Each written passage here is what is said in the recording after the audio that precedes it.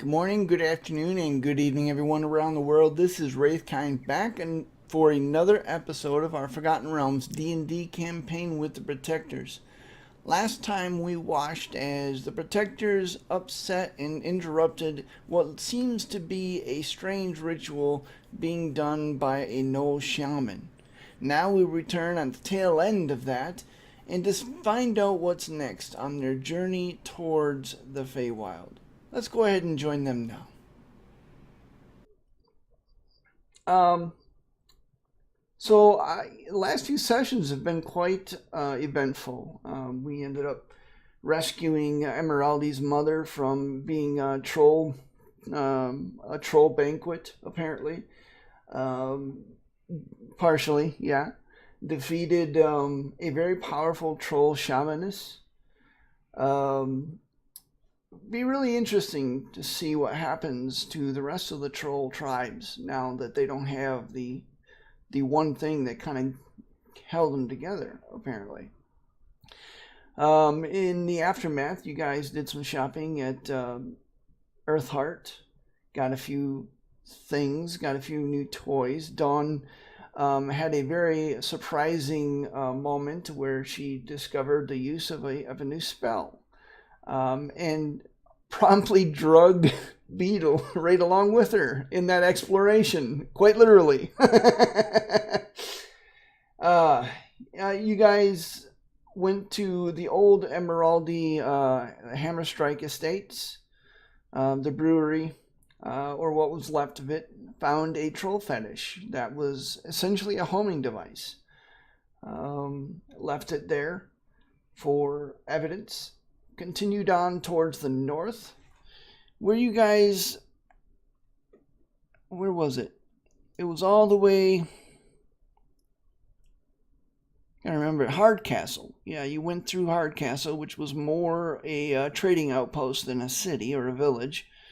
Headed north were in the part of the road where you had the Chandelwood to the west and the Uthingal Mountains to the east. And that is when things kind of slid sideways for you guys. Does anybody want to take up the recap from there? All right, go ahead.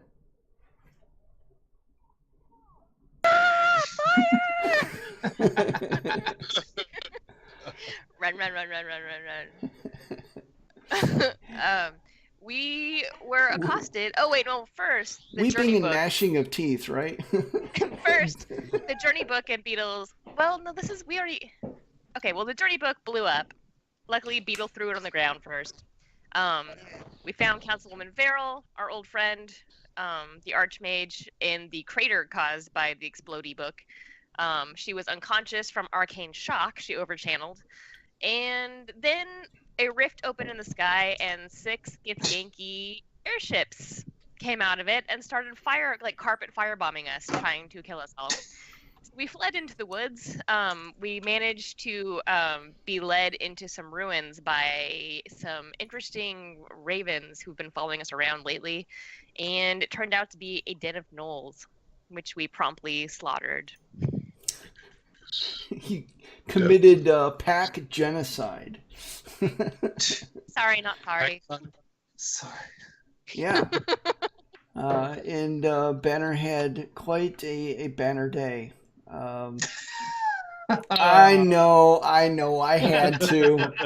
It was just like one of those things. I'm like, yeah, okay, I guess we're going to go there. That was low-hanging signage. It was. I'm glad you appreciate that, or at least act like you do. So yeah, and now we're in the aftermath of that. Where So this is immediately post-battle? This is immediately following the pack genocide of this. I'm sticking with my phrase. I am sorry. I'm just sticking with my phrase. Pack aside. Pack aside. Yeah, there you go. The last clashes of battle is fading, and you find yourself now alone with a bunch of gnoll corpses a few headless, thanks to Banner, a few throatless, thanks to Lycum, and a few with a couple of bolts in them, thanks to Beetle and Emeraldy, and even more, they're looking rather singed, thanks to Dawn. All in all, a quite thoroughly, quite a bit of thorough combat. Lycum and Dawn ramboed the second half of the dungeon. Yeah, that was yes, we did. That was pretty cool. Beetle starts counting. Head count. If Who's alive? unintentional. I took out the biggest one. That's worth like 10 points, not just one. Good work. And Banner reaches down and he inspects the glaive that the one he just schooled Like is holding. Banner's definitely wounded.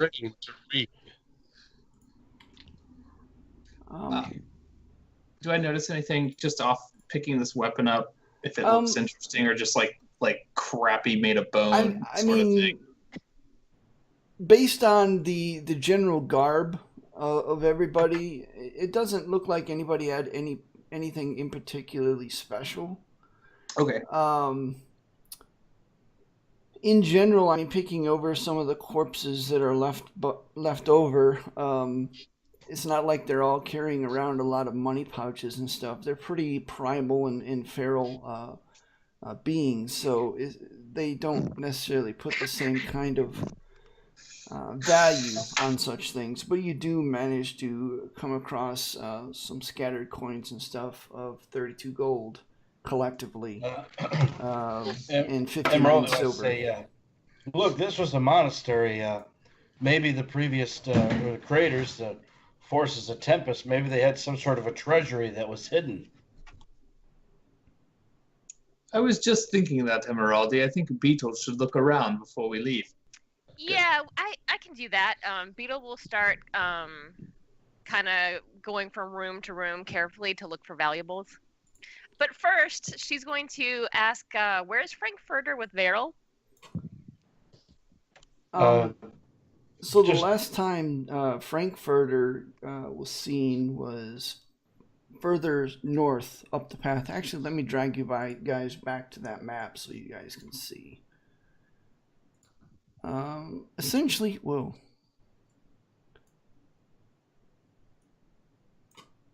I'm going to start taking a short rest. All right. Actually, I'm going to see if there's any other exit to this place apart from the one we came in.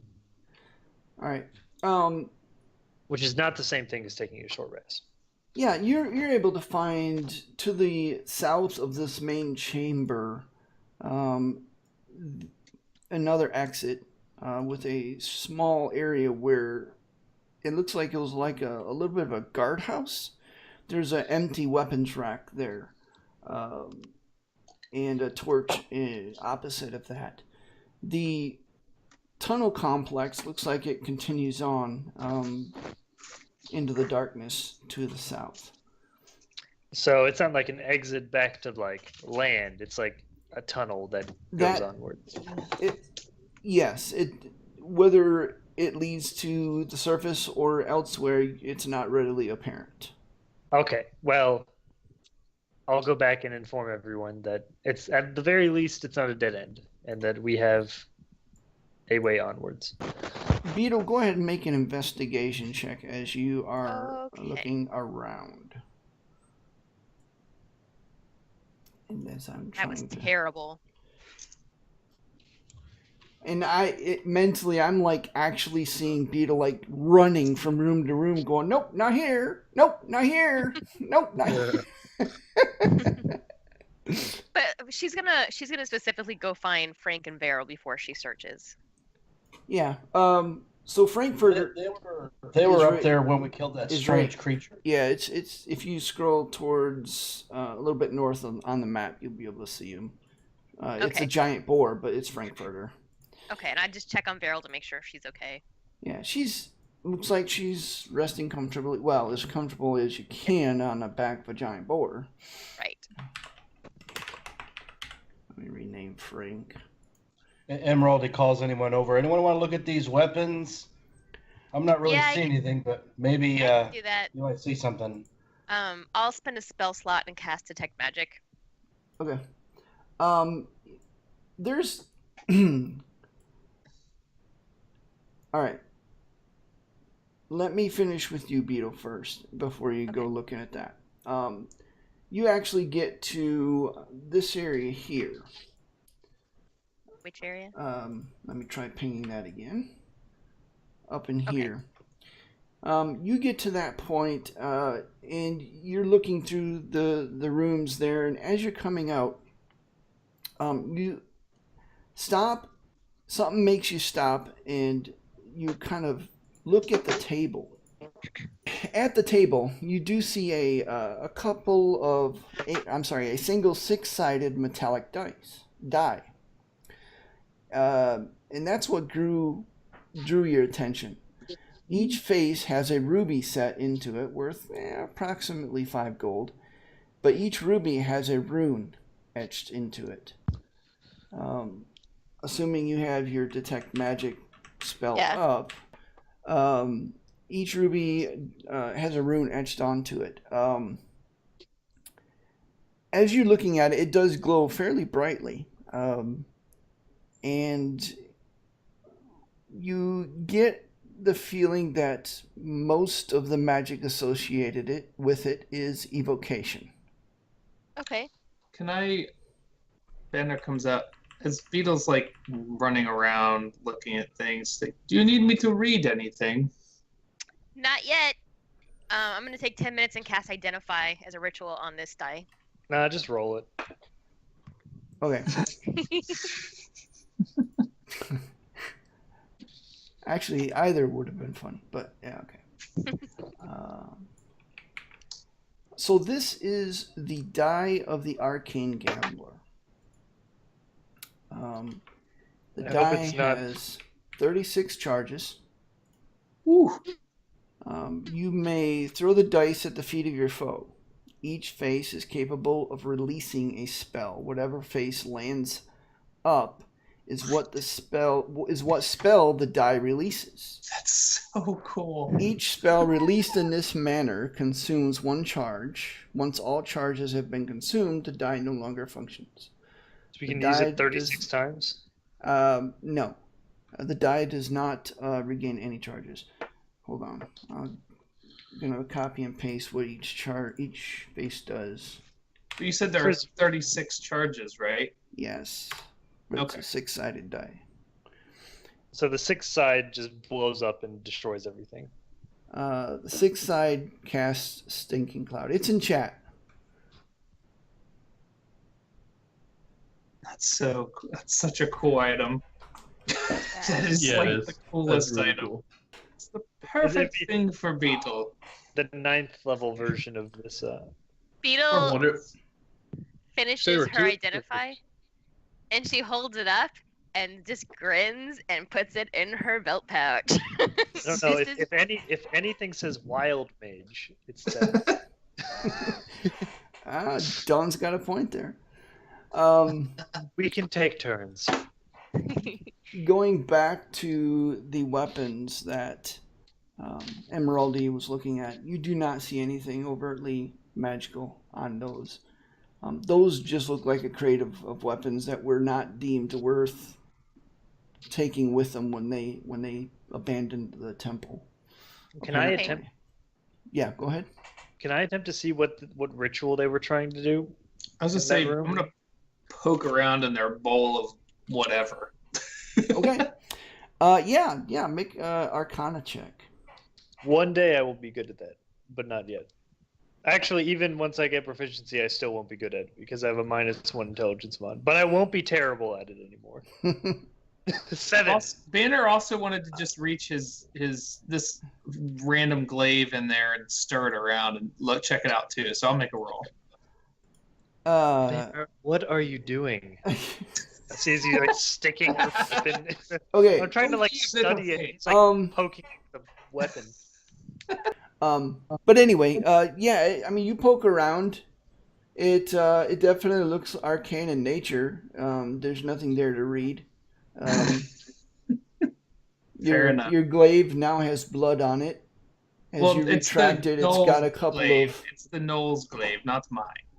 Okay, well, the Knowles glaive now has blood on it. There's a couple of Knoll bits on it. An eyeball kind of comes out. It was gross. Ugh, this is disgusting. I lean over. Does it smell really bad? Oh, it smells horrendous. And it's still kind of like popping and sizzling a little bit, like it's being heated, but there's no heat source. I reach over. Does it this feel is a like knock warm check? above it? Yeah. Banner, you do get the sense that it was some kind of summoning ritual, but you don't know what. Good thing you fucked everything up, Dawn. They might have summoned some sort of creature here. Beetle walks up. What are you guys doing? I shoot a I'd firebolt like into to the bowl. see if I can figure out what that's about. Would you like me to see if I can figure out what that's about, Banner? All right, Do you really shoot a firebolt at him? Yeah, I just right into the bowl.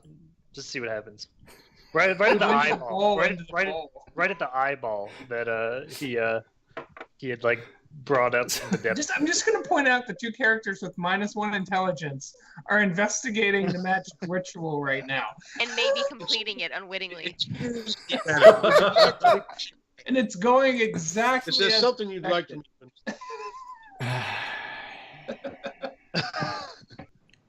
what were you saying? Banner, would you like me to check that out for you? Yeah, as the thing splatters as Don shoots it, I'm like, yeah. It's not a fireball. It's just a little mote. Well, it still splatters a little bit. A little. Well, I hit the eye. The eye splatters.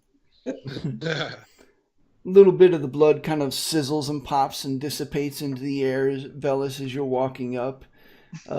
You see the eyeball. You see this Knoll eyeball kind of liquefy. This, my friend, is a special Knoll stew that they only prepare at the finest times. It is something I read about in apparently they were preparing for a feast and not a summoning. They really enjoy a fine eyeball stew. They are known to be cannibal. Phyllis, I'm gonna roll deception on that. Yeah, you're can I going to question? roll deception on that one. Can I roll like a nature Wow. check? So if anybody really wants to try to break through that deception, go ahead and make a... Can I make a nature check to see if I know that Knolls are in fact not cannibals? In fact, he freaking the guy I was talking to in my head, Grygax, he didn't say they were cannibals. I think he's full of shit. I have a Wow, plus I really freaking thought this 6 was a on that, and summon, I got the guys. lowest. Yeah. So yeah, everybody's like, "Oh, okay. Well, this is really unconventional." But Well, Vela seems like he knows what he's talking about. regardless of what's going on in here, I did find a passage just down there, and I point down the passage where this does continue into a series of tunnels. So there is another way out. by the way, should we check on the councilwoman on the board before we? I mean, I'm sure she's fine. She's still stable. I just checked on her. Okay, But, I just was Banner, thinking that perhaps maybe that would be a thing to do. But Banner, this does bring up a question I've been wondering. We haven't really talked about what we're walking into in the Feywild yet. I mean, do you have allies there? Do we have a Are place? we walking into the Feywild? It looks like we're walking into Schitt's Creek right now. Well, I would honestly prefer to be in the Feywild than here. At least we could see the sky. Yeah. Ah, that's I mean, now we have a wounded, comatose woman in need of medical attention as well. I mean, like, if we go to the Feywild, are there people who can help I mean, us? I still Are there obviously people I that need can to help go. us here? I think Emeraldi is the best one who'll be able to help her no matter where we go. Yeah, I mean, obviously, I would still want to go, but I mean, we just ran away from pirates and destroyed these knolls. I don't really. I mean, if you want to have that conversation now, we can. As I I don't think told this you is the all right before place we. for this conversation. That This we is don't even know if there are literally- more of them. The I first do have chance a we've quick had to have this question. conversation. I don't think this is a chance. I to do have have a a question. conversation. Did We need to anyone get- read? Wait. Hold on, guys. Did One at a anyone time. read the journal that was with Veril? It when was she- destroyed. That was my journal, the copy that I had, the copy of the journal, the journey book, Um, and I hadn't checked it in days. Why don't you check it to see if there's any most recent entries before she It blew up. It blew up, Emeraldy. You would know that, yes, Beetle, your book is nowhere to be found. However, when Veril appeared, she had a death grip on its twin. Then Beetle would have looked at that immediately, like as soon as we were resting in the cave earlier. So in that case, I do know what she wrote, and I can read the letter. So Beetle will rattle off just a list that Darren's still healing. Dane seems more serious after his ordeal. Darren has been flirting with Veril while he recovers, and then she starts talking about At the which siege point- to the north. The tide has, I think she was about to say turned, but then there's like a scribble as if she was startled, and it just cuts off, and that's it. So I think At the flirting part, Velos cheers. You know, I think that this would be a great conversation to have once she wakes up and once we're somewhere safer. Well, But for you now, want to we have should. a conversation about the Feywild. I think that should wait until we're out of this dungeon. all I want to know is, and I would like to know now, when we get to the Feywild, Banner, do you still have allies there that will help us, or are we on our own? I do not have allies in the Feywild, but Talia does have friends and is loved by the Empress herself. Okay. So we can reasonably expect to find some help. Well, that depends on how willing they are to be friendly to outsiders, because normally that is no. It's Well, That's all right.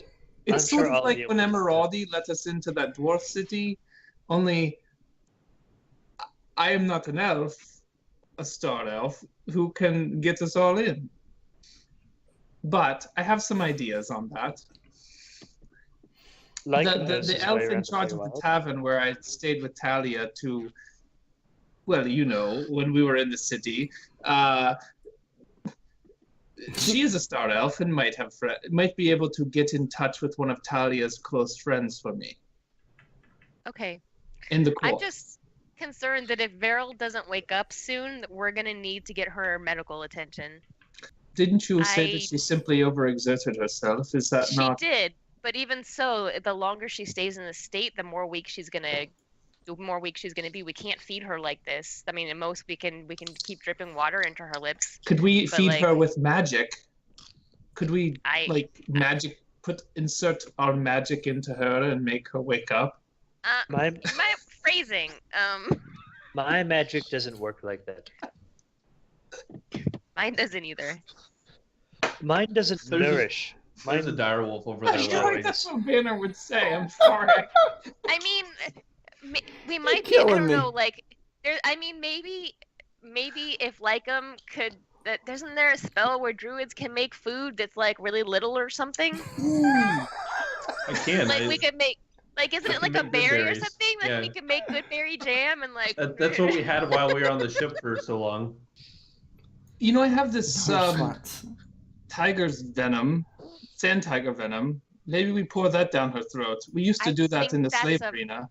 Terrible idea. and I think that is a terrible idea as well, just like Beetle. However, I am all for it.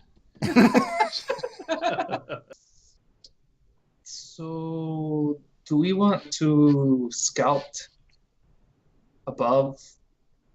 We haven't gone very far. You mean ahead? Well, I mean, if we're going to go up, like Don found this way out, but it turns out we haven't Well- really gone very far. So, Well, I don't know that it is a way out. It's just tunnels leading onwards. They could go on Oh, okay. miles. I well, just So, I looked mean- down into the tunnel. You do continue down south towards the tunnel. And it goes for quite a ways, actually.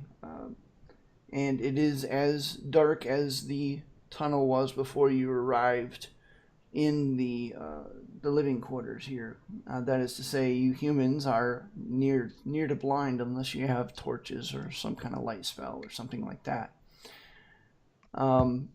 Elves are the best. The tunnel Deep doesn't gnomes are necessarily go up or down. It just kind of maintains its general elevation. About 2 miles later, you find that the tunnel is starting to gradually incline. And it's not too long before whoever is in the lead sees the light at the end of the tunnel. Beetle's gonna recommend that we send a stealth party out to make sure it's safe before we leave here. I pull my hood up. At this point, it's about 3:30, 4 o'clock, as best you can tell, in the afternoon. You both easily blend within the rocks. You both have advantage because, rocks. Anyway, as you finally reach the mouth of the cave, you see peering out. Are you like exiting the cave or just peering out? First I'm peering gonna out. stand at the edge of it. All right. Lycan wants to sniff around and see if he smells anything while up there. All right. Make a perception check. Actually, you all make perception checks. I'm gonna send Cog out.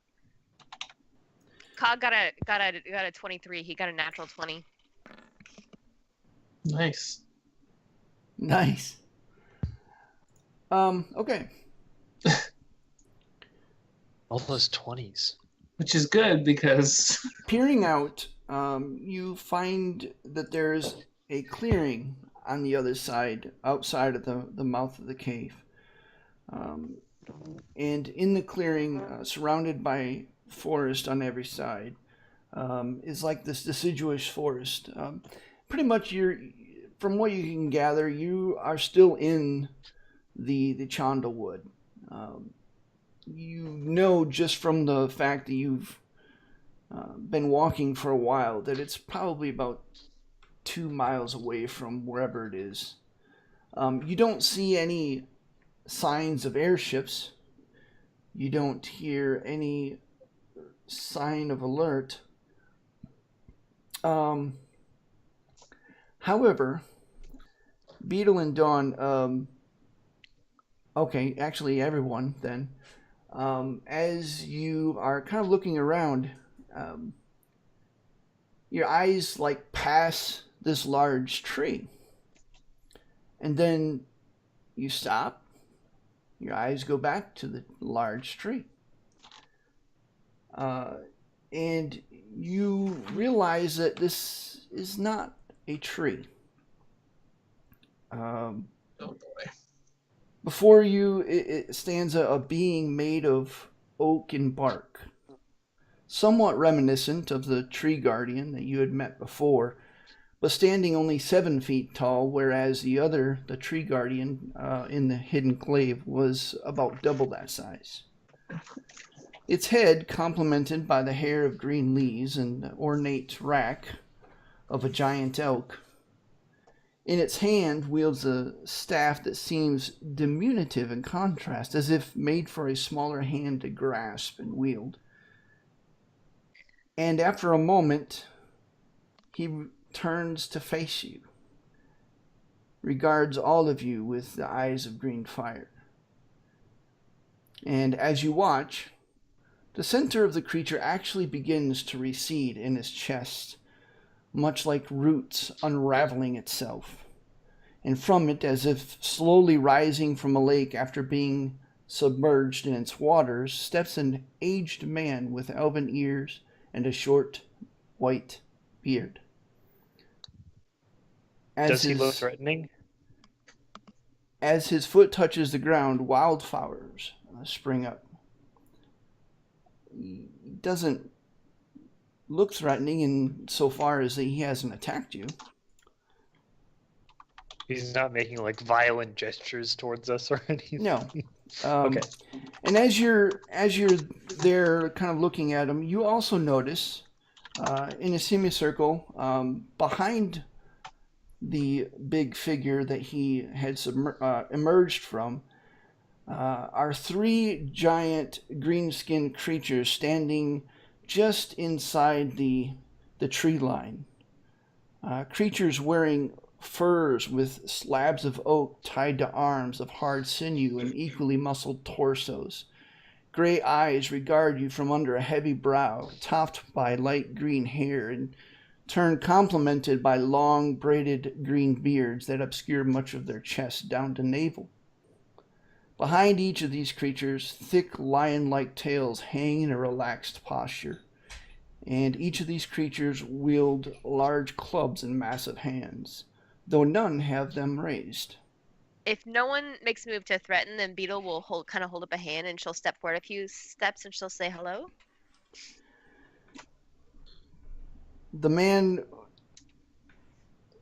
continues forward for about 20 paces away from the creature he emerged from. The creature, by the way, looks down at you and blinks.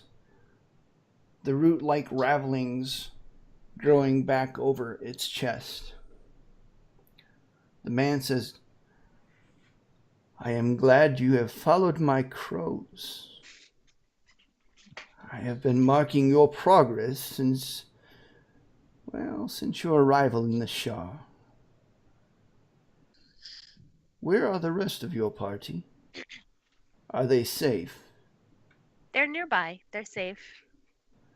You helped us. "Yes, and you helped me, thank you. Long When did have I borne the pack below my forest. I am glad to be free of them once more. I am Dorodur, known as the King of Wood." Lycum, do a history check. You remember stories being told of the King of Wood.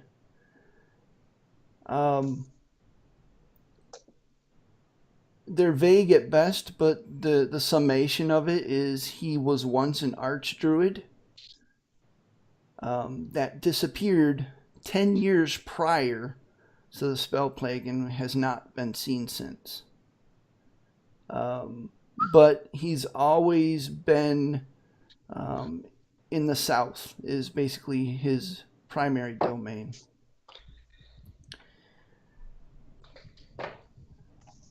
You may wish to summon the rest of your companions. Trust me, if I meant you ill will, we would not be speaking. Do we see all this anyway? Because it's close to the mouth of the cave. Unless you guys walk up, no, because Okay. of the differences in light and the inability to see beyond that. Okay. I'll use message to tell Banner that we were expected, and there's creatures here, but they seem friendly-ish, and it's So somebody. apparently there's a party up ahead, Emeraldi and Venice. Let's go. Okay. No I'm sudden on- moves, Emeraldi. and no. I will say no sudden moves, and keep your weapons sheathed, please. You Don't may be a little freak out and surprised. draw your weapons. Emeraldi coaxes Frankfurter to follow him. All right. As you watch, Beetle, Dawn, and Lycum, as you guys watch, two crows do indeed flutter down to perch on either shoulder of the large wood-like being, and just kind of regard you all with curiosity. As the rest of you now join Beetle, Dawn, and Lycum, Dorudar smiles and he says, "Well," and especially as his eyes take sight of Frankfurter, he says, "I'm glad you brought Veril to me. I felt her presence as well, though it was unexpected, as I suspect that she was desperate in her attempt I only wish she would have come to me sooner, for I know that which she does not. Can you reach her mind? Wait, what is actually going on here? What's... Banner, King of Wood. King of Wood, Banner. I meant, yeah. And as this confused kind of conversation goes back and forth, a couple of the large beings, one of them actually steps forward. The ground trembles ever so slightly under its footsteps.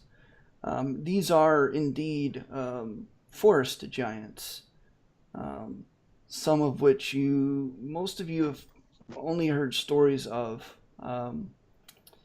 Duradar actually leans down towards a nearby stump and places a hand on it. In the stump that it looks like it's been dead for a while, inexplicably it begins to grow.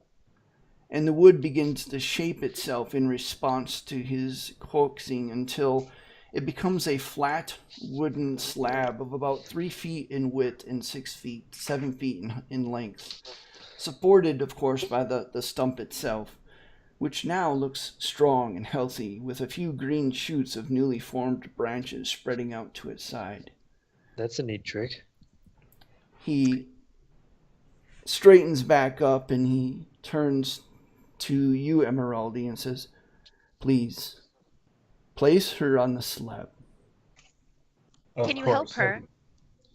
Emeraldi gestures to Banner. Can you help me untie her and help carry her to this wood? Wait. Because Beetle, Lycom is in wolf form. He has not told any of us who this person is. Like, we have no idea who this person is, right? Beetle. No. Okay, Beetle will say, hold on. We are very grateful for your help. I'm pleased to know that you are familiar with Beryl, but we did just meet you, and she's someone who's dear to us. Beetle, sometimes you just have to have faith. Sometimes you just have to trust people at the face value. Yeah, well, not people with crows on their back right now, actually. And Banner's like, From Duradar, you hear this. Go ahead, Velis.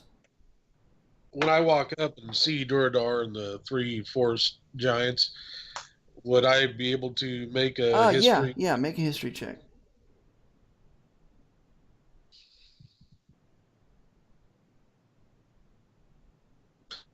Plays the Jeopardy waiting music. Oh. Velis, as soon as you see Dorudar, you know quite a bit more about him than Lycom from your studies. Not only is he a powerful archdruid, he is one of the most powerful archdruids that's ever lived.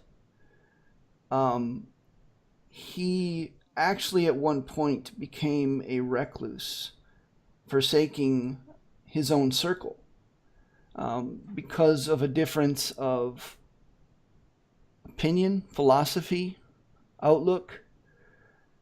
But from every story you've ever read, he's always been on the side of good for the most part. He serves nature itself. Another thing that you would know, based on your studies since meeting the councilwoman Beryl, is that it is rumored that during Councilwoman Beryl's crusade earlier in her life, that she often sought the counsel of an archdruid that in her particular, in the books written about her, remained nameless, but now the connection kind of snaps together to you. And you realize that this could quite possibly and probably likely is that archdruid. Beetle, as you're saying this, Doradar, actually there's this low chuckle that emits from him. And he says, "Well, Don't worry, I hold the councilwoman in the highest regard. She oft came to me in times past to enlist my aid in her war against the now dead god Moender. And honestly, I know every tree and root from the dark jungles of Chult to the spell-plagued Yearwood and north to the Whale Death. I willingly provided my knowledge, as no few number of hidden temples of Moamder were found in forests, both great and small. So be at ease. I mean her no harm. Okay. Beetle gives reach him a very my hand- stern look and then kind of nods okay to everybody. Lycan wants to do an insight check just to make sure. Go ahead. Emerald attempts to carry Beryl to the stump, ignoring everybody else. Bellis, what were you going to say? I put my hand on Beetle's shoulder and I go, I go, pardon our impertinence, Forest Lord, but I lean down to Beetle. This is Doradar. He's practically a demigod of nature.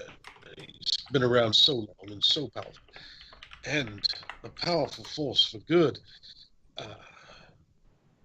Now that I've heard him speak, things have come together that some of the rumors I've heard about Veril, that he is her ally. Okay, fair enough. I would trust him.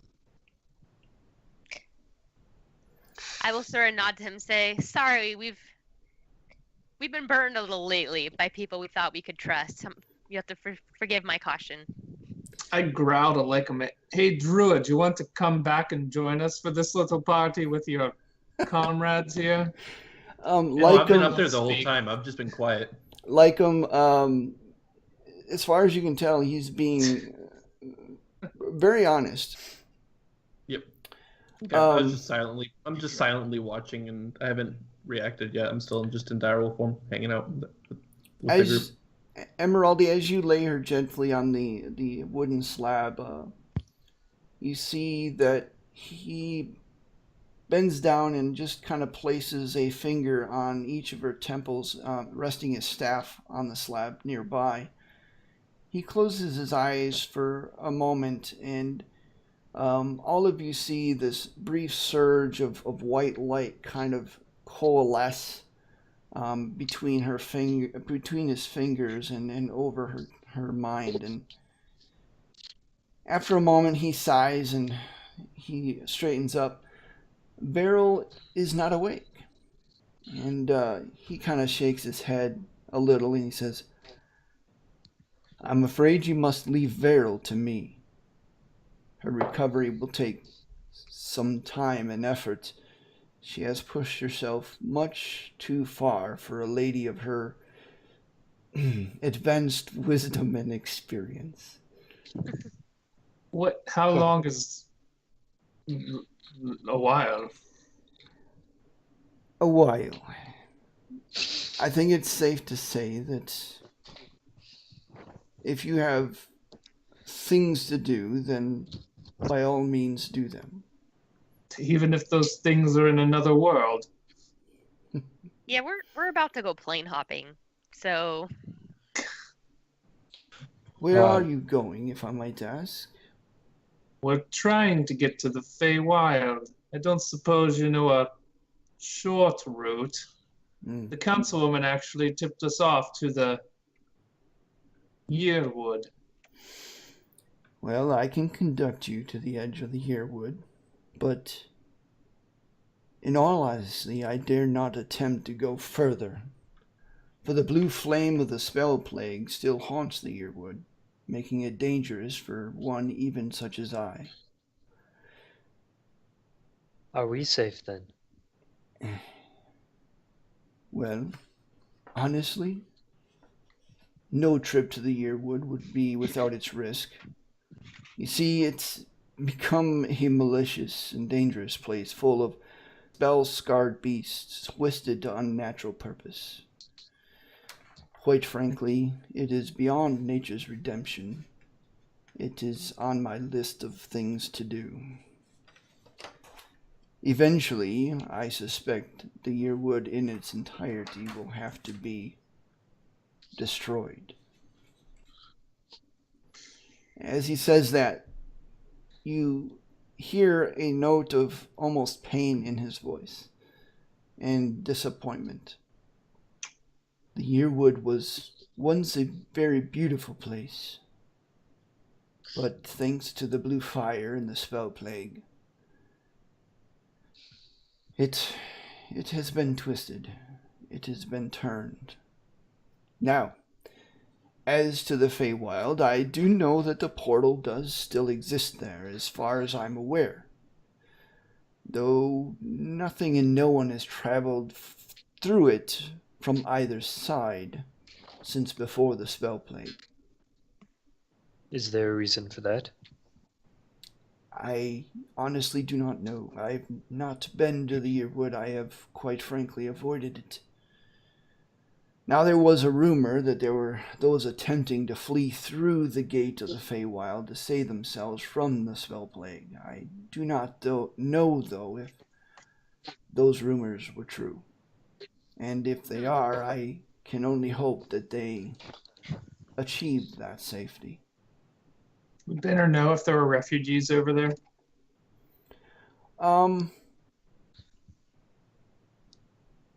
Yeah, I would say based on your limited exposure to the city there, there were some immigrants.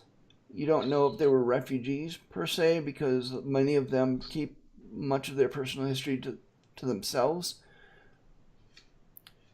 Okay, fair enough. But, I mean, there was an influx of people at about that same time. Okay.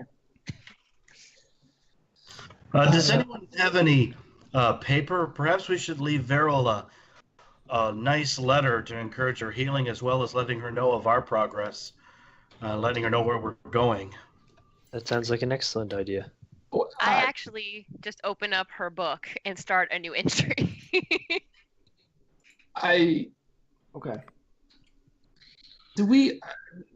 I realize I'm the one with somewhere to go, but we literally just helped her escape from flying warships.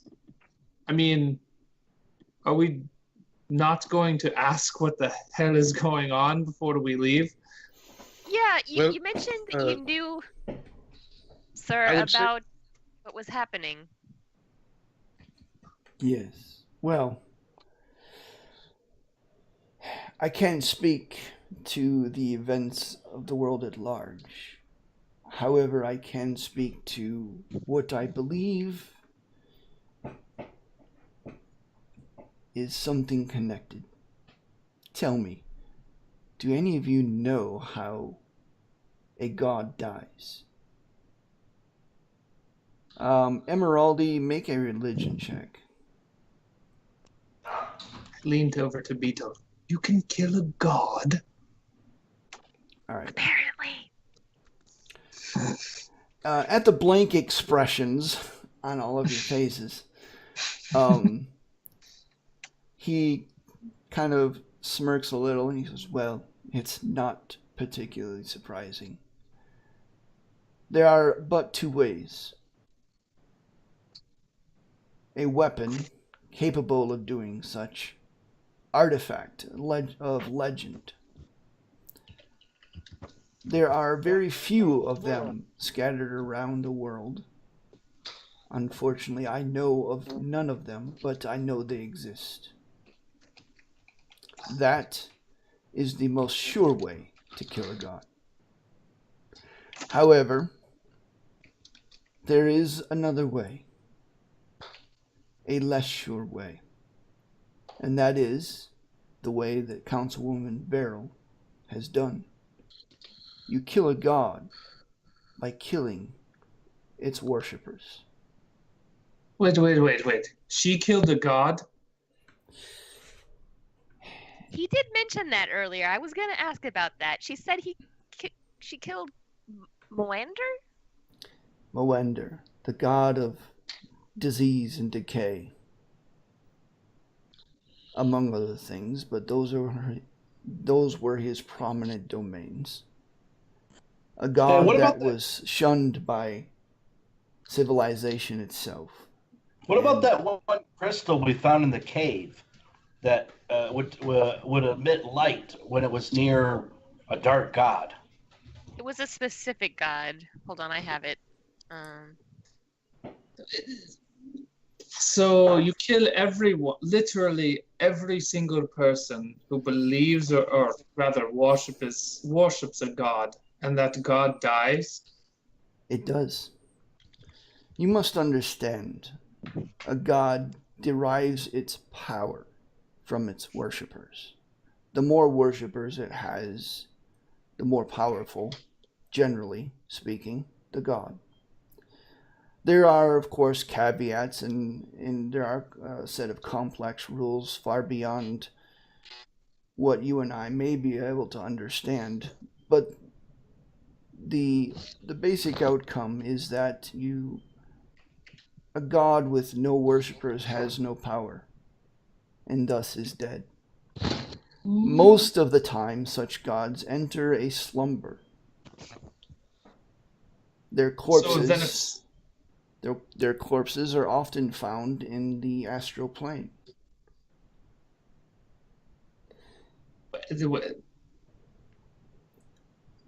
So, slumber, if someone else starts worshipping them, do they come back to life?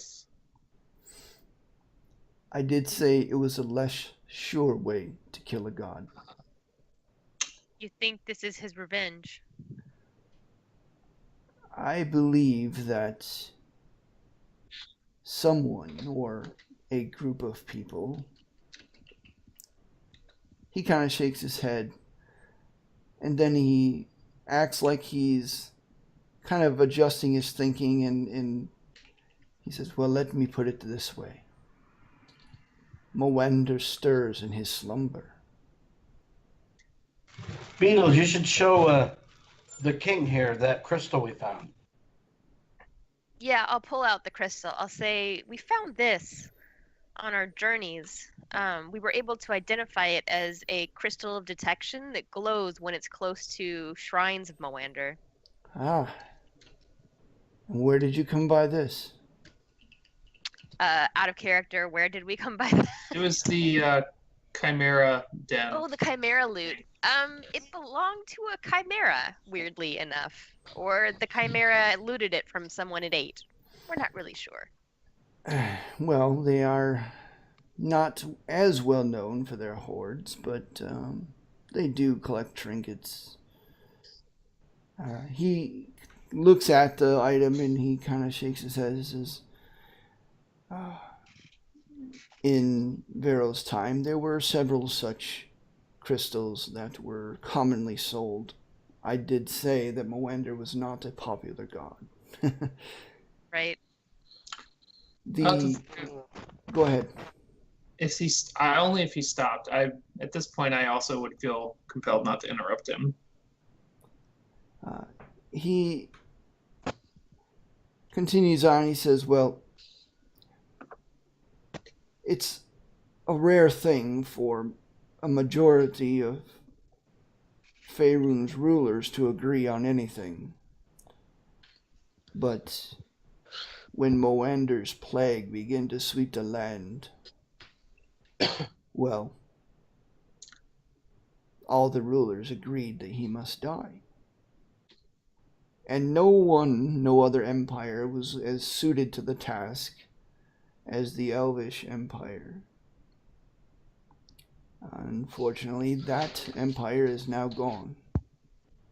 But one of the original and most prominent hunters now lays on my slab. Rest assured, I will restore her, but she is very exhausted. Her mind is lost. I must find a way to anchor her to her body once more, and that takes time. I will conduct you safely where you need to go, and when you return, assuming you return,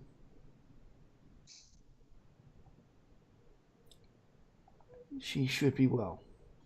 And if not, well, I will aid you in however I can.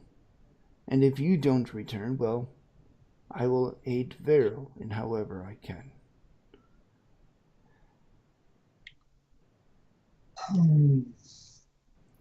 Now, Duradara, yes. just a question of this ancient history with the Elvish nation. Did they ever work with the dwarves in creating the weapons to kill gods? Well, that was their place in the greater scheme of things. The genie lords of the south, self-serving as they are, were only responsible in destroying the temples of Moender within their realm, and they did not, well, they did not care what happened to the rest of the world. Inner spits. However, both the Delzun dwarves of that time, long before the collapse of the Delzun Empire, were very instrumental in creating, well, the crystal you have there. There were many of such that were sold abroad, and other items of protection. However, again, the plague of Moender was unstoppable. After all, he is a god. What plague was it? Well, we called it the plague of Moender. It swept the entirety of Faerun. It began in the heart of, well, not far from old Gauntlgrim, if truth be told. It was slower to spread to the north due to the cold and the lack of travel. However, from what is now Waterdeep south to even the Shire and beyond. For all I know, this plague could have very well expanded further to other continents, though I have no such knowledge of such. It began with boils and madness, ended with weeping of blood, and then dead. It was not a respecter of person, rank, or wealth. It cut down high and low, young, old, children, and mothers. It was Moender's attempt to make his paradise on Faerun.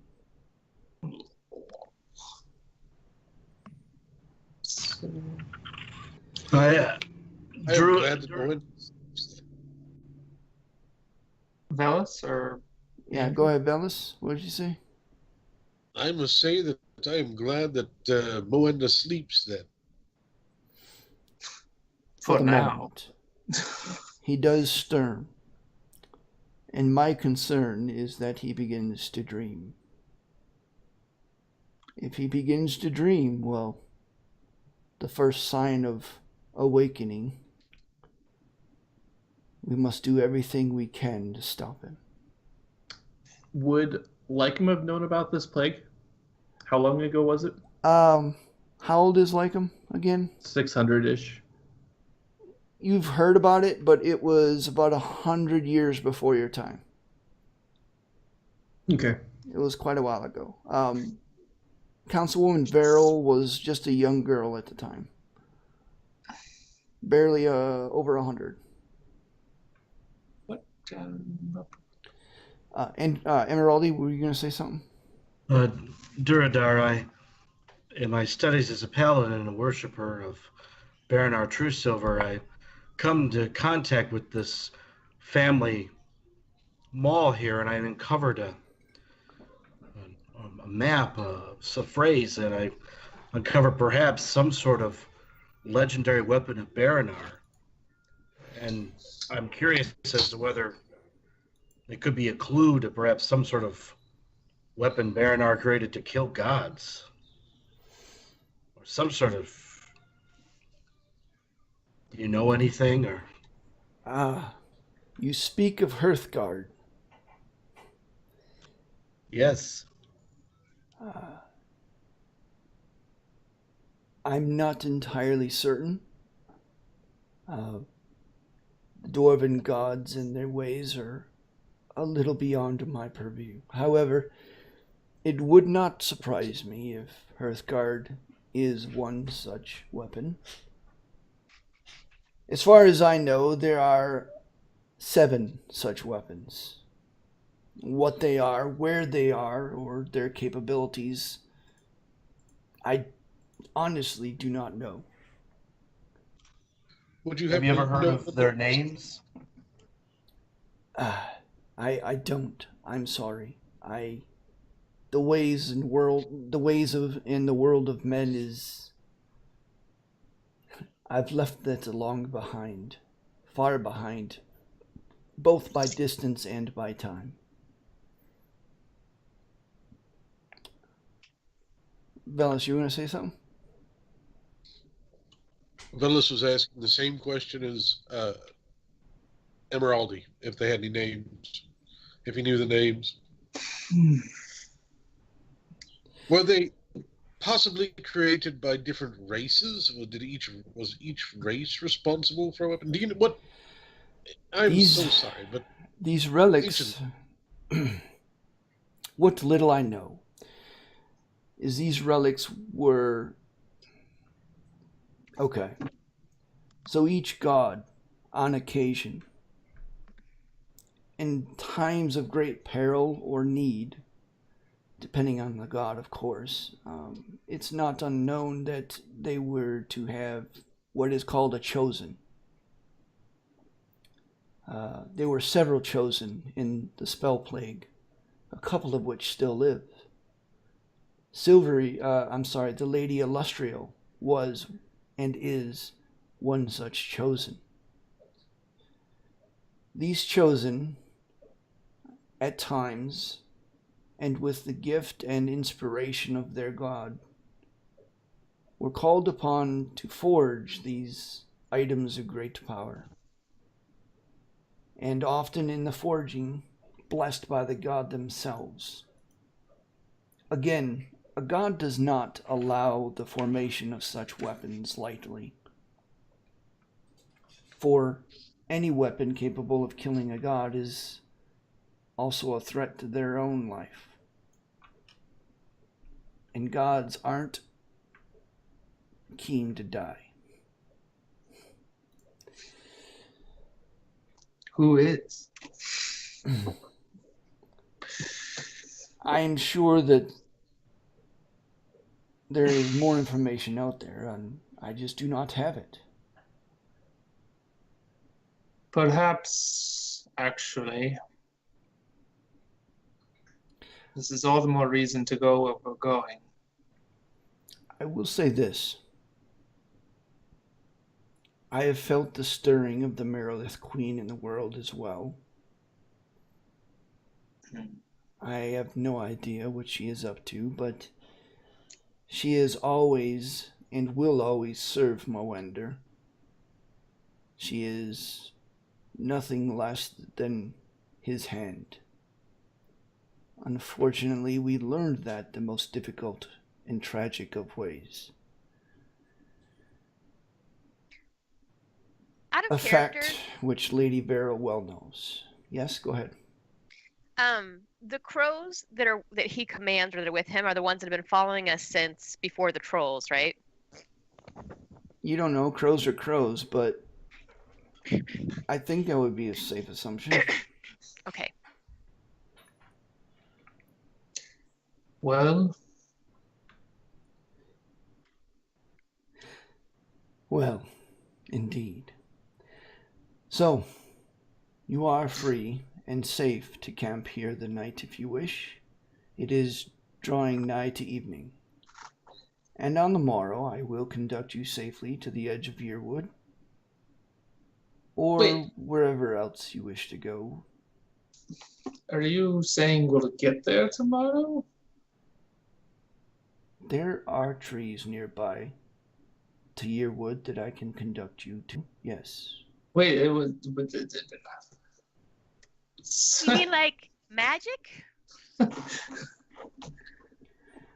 He kind of looks at you all like in disbelief, like, duh. The first reaction that Lycum has had through this whole encounter, you just hear the direwolf chuckle just a little bit at Beetle and Banner. Shut up, their Lycum. questions. Yeah, you're That's not all. even That's all I human have. right now. Get out of here. I don't know nature magic. Wherever a tree Wait. grows, I may conduct you safely. And as I said, I know every tree en route from, well, a long ways away. Now, what do I call you, Your Majesty? Please. Dorudar is fine. Durudar. The King of Wood is something that was attributed to me. Fair He just enough, kind of shrugs. as all titles are. Now, if I don't miss my guess, your crows have been following us for quite some time. Can I ask why? Far before we entered your lands. He is the king of wood, and therefore aren't all woods his land? I I felt your intrusion on the hidden glade. And that is what piqued my curiosity. That, and I have been quietly watching your exchange with Veril in her book. He produces a book of his own. What? That's so cool. But I've never seen one of your entries in the book, or do you just read them and not write? He's a lurker. Oh my gosh, the king He's of a wood is a lurker. He puts the book away and he says, I do not have much to say very often, and when I do, I prefer to speak face to face. That's fair. Besides, it's easier for me to just simply travel there and have a conversation than a 30-minute entry into a journal. Also fair, if one can teleport at will. Lucky. Someday. Well, I think these questions are at an end. I have work to do, and I would appreciate it if you do not disturb. However, the clearing is yours. It is safe. If you start a fire, don't cut down any trees.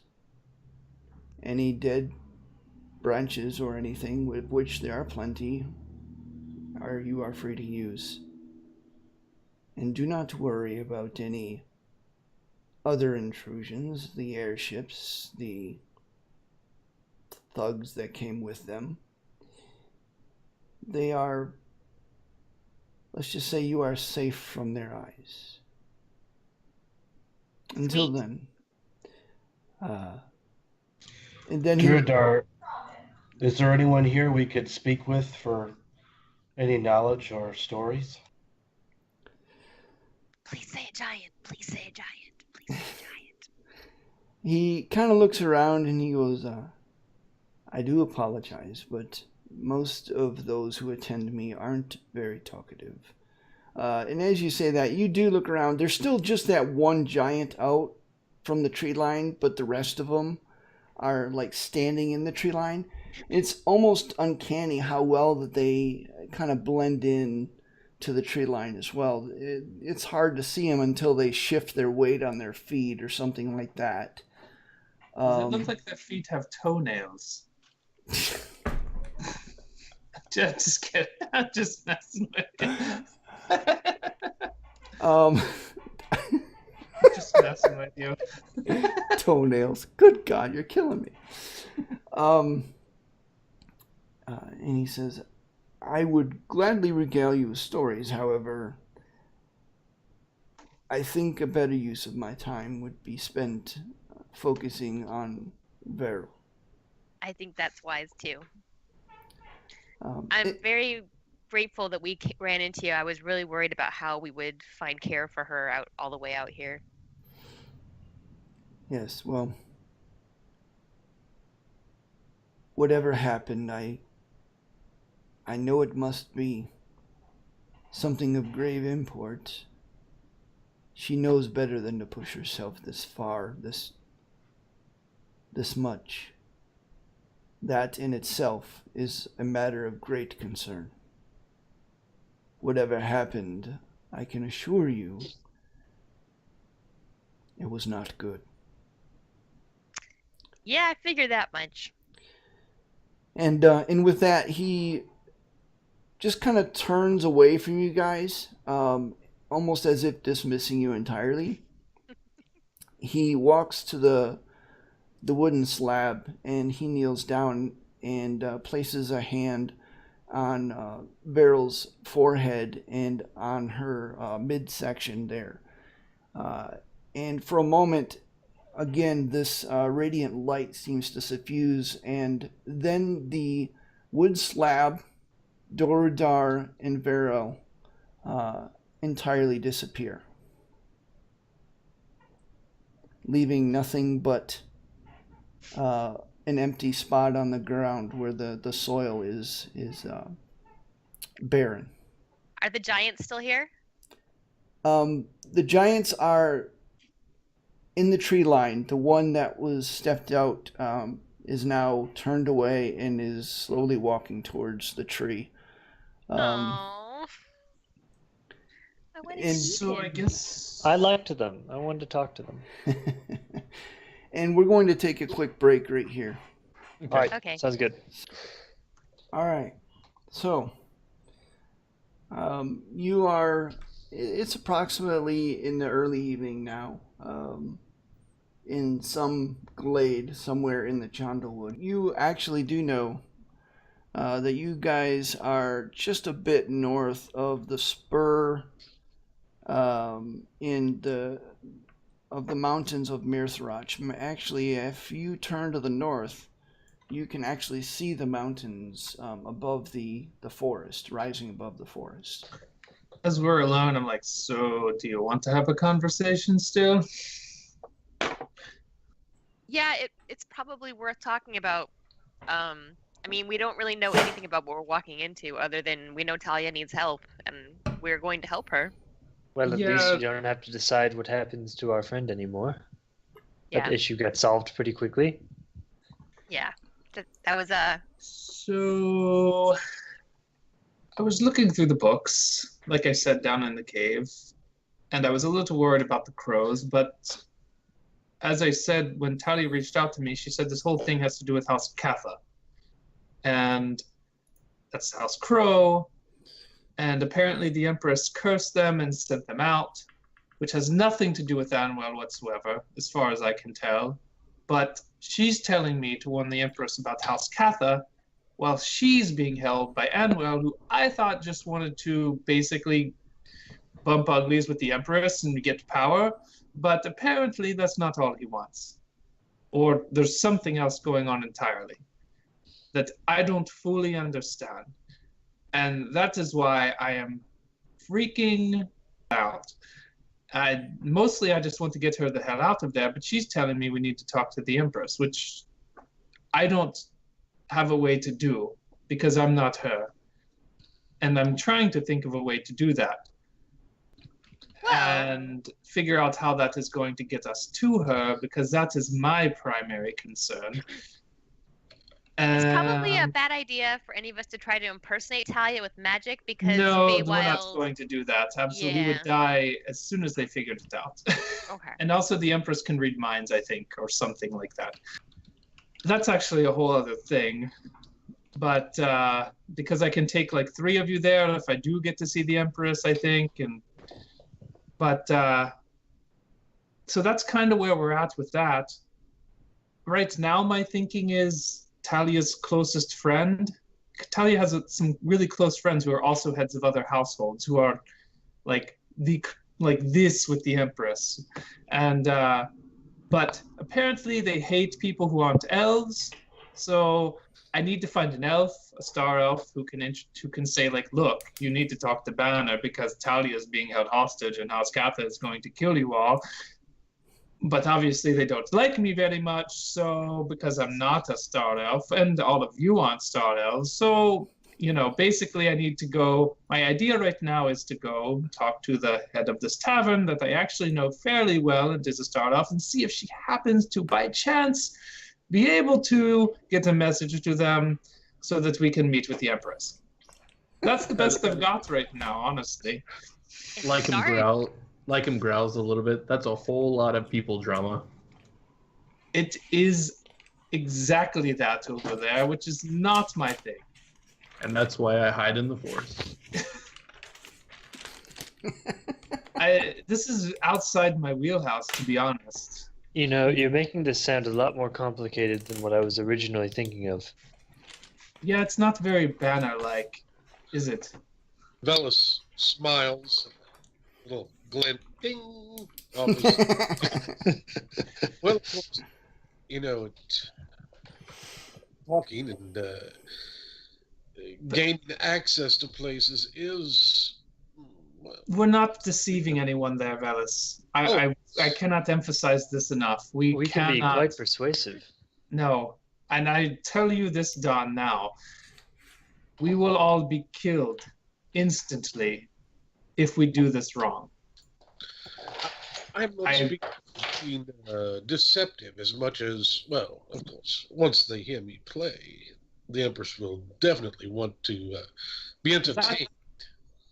I'm just making it clear. If we insult or deceive, we are going to be having a very Nobody bad used any of those words, Banner.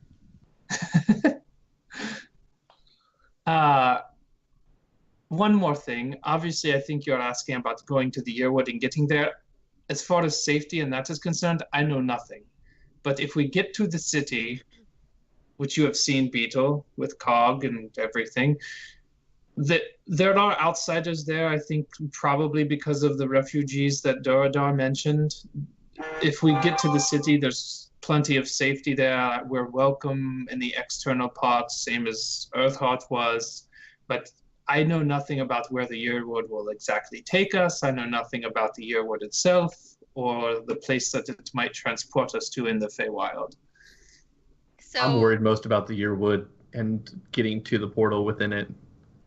Yeah, it sounds pretty nasty in there.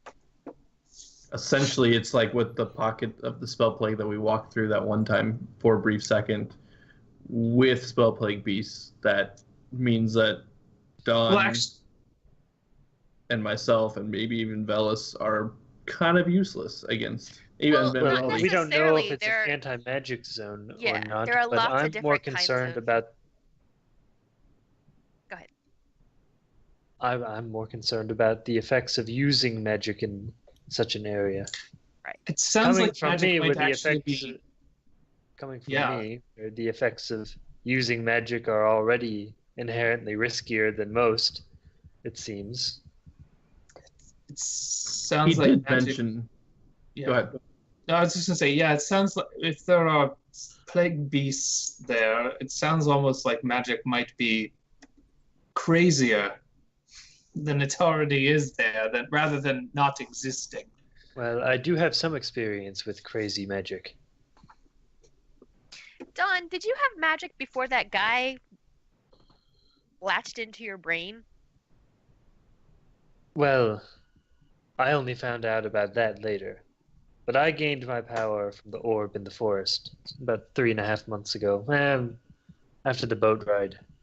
About 4.5 months ago. Before that, couldn't even make a spark. Not that I'd ever tried. Magic is taboo in my culture. Right. You Except for mentioned that. the rangers. Must have been weird growing up like that. Like I know that the spell plague thing is sensitive. Perhaps you should talk to Duradar a little bit to see what exactly you're walking into. I plan to. Didn't Also, he disappear? Yeah, but he's gonna he's, escort us yes. tomorrow. Okay. he's no longer Um, there. I plan to. I plan to get a few moments with him. But I do have quite a bit of knowledge about the spell plague as I did live through it. It does, as you say, do the opposite and make magic even crazier. It also affects portals, and it has affected portals in the past. So we might be walking into our death if we walk into that portal. You could say that about many of the things we have planned and have already done. That is very true, Don. Could we wind up somewhere else than the Feywild? If we do, can't we just turn around and go back to the portal? Hopefully. If I mean, it's he said the portal is still there. Yeah, I mean, it's a portal that's linked on both sides, right? It's just open, like we can walk through, walk out. That's In my theory. understanding of it. I've never seen one, but I've read of such things. I smile. I'm just going to confident. point out that, because I think this would be noticeable at this point, that Banner hasn't turned his back to Velis since we've gotten out of the cave. Banner hasn't turned his back on Velis since we gotten out of the cave. Mm-mm. In fact, he's awkwardly positioned himself many times so that he is looking at you. So he's backed away. You're backing away from me, or you're just keeping an eye on me? Banner's keeping an eye on you, that's all. You know, I walk up to Banner and I go, you know, when Emeraldi and I first met, there were a couple other people with us. There was a fabulous little dwarf woman named Veritas, and a man of well, he didn't use weapons. I believe he was a monk. His name was Sebastian. And, Oh, I remember Sebastian. and he seemed to have taken quite an interest in me as myself. I couldn't help but notice that you've been watching me. Just so we make this clear, I am, well, I did kiss Sebastian. I did not find it quite as pleasing as kissing a woman, although he was a handsome man. What are you So, talking are you- about, Velis? I don't. We're talking about me getting to my love in the Feywild, and you're. First, you steal my eye patch. Now this, you thief! Oh, I'm sorry for the eye patch. Wasn't going to keep it. I just wanted to wear it because those pirates on those flying ships excited me so. That's I right, know Banner. you still want it. You want he's- the precious. He's trying to steal your heart now too, Banner. Can I insight check Banner after I'm that? actually saying this. I'm going on. I'm going for it. This is all actually happening. I know. Yeah, I'm I know. joining in I on that want too. to see Beetle's if gonna I insight check find that too. a little off. Velis cocks his head when you call the eye patch your precious and blinks a few times. And it's actually a little bit hurt because you Hey, we called both rolled you know, 19s, like him. precious. He doesn't I'm insight not hiding check them. anything, so I'm basically like blowing up at this point. So I mean, if you insight check over like 15, I'm sure it like should be off. Yeah. So I look at you and I go, well, I do not know how to apologize. So this is a suspicious look from you, not a, oh, I'm so sorry. I mistook it for an amorous look. Well, all I can say is that I give you my word as a bard and a man that I will never steal from you again. Banner, what is with that eye patch? You've acted a little aggressively about it ever since you found it. Is there something? Well, I mean, the eye patch is just some cloth I took off that pirate that smelled funny back there. Are All you right, talking sure, about the fine. crystal? Oh, you mean this thing? Yes, the thing over your eye right now. Can I ask? I'm going to ask an out of character question. Is in Banner's state that you whispered me about, is he able to think critically at this point, given his 9 intelligence, to see that this is this whole thing is very odd? Will you? I can't even see. Will you take it off while you're So- talking to me at least? I feel like I'm looking into half of your face. All right. So basically, no, because I mean it's just like a natural inclination. Okay. Um, What do you mean he took the eye patch? I mean, what else? Yes, what I- other evidence do you need?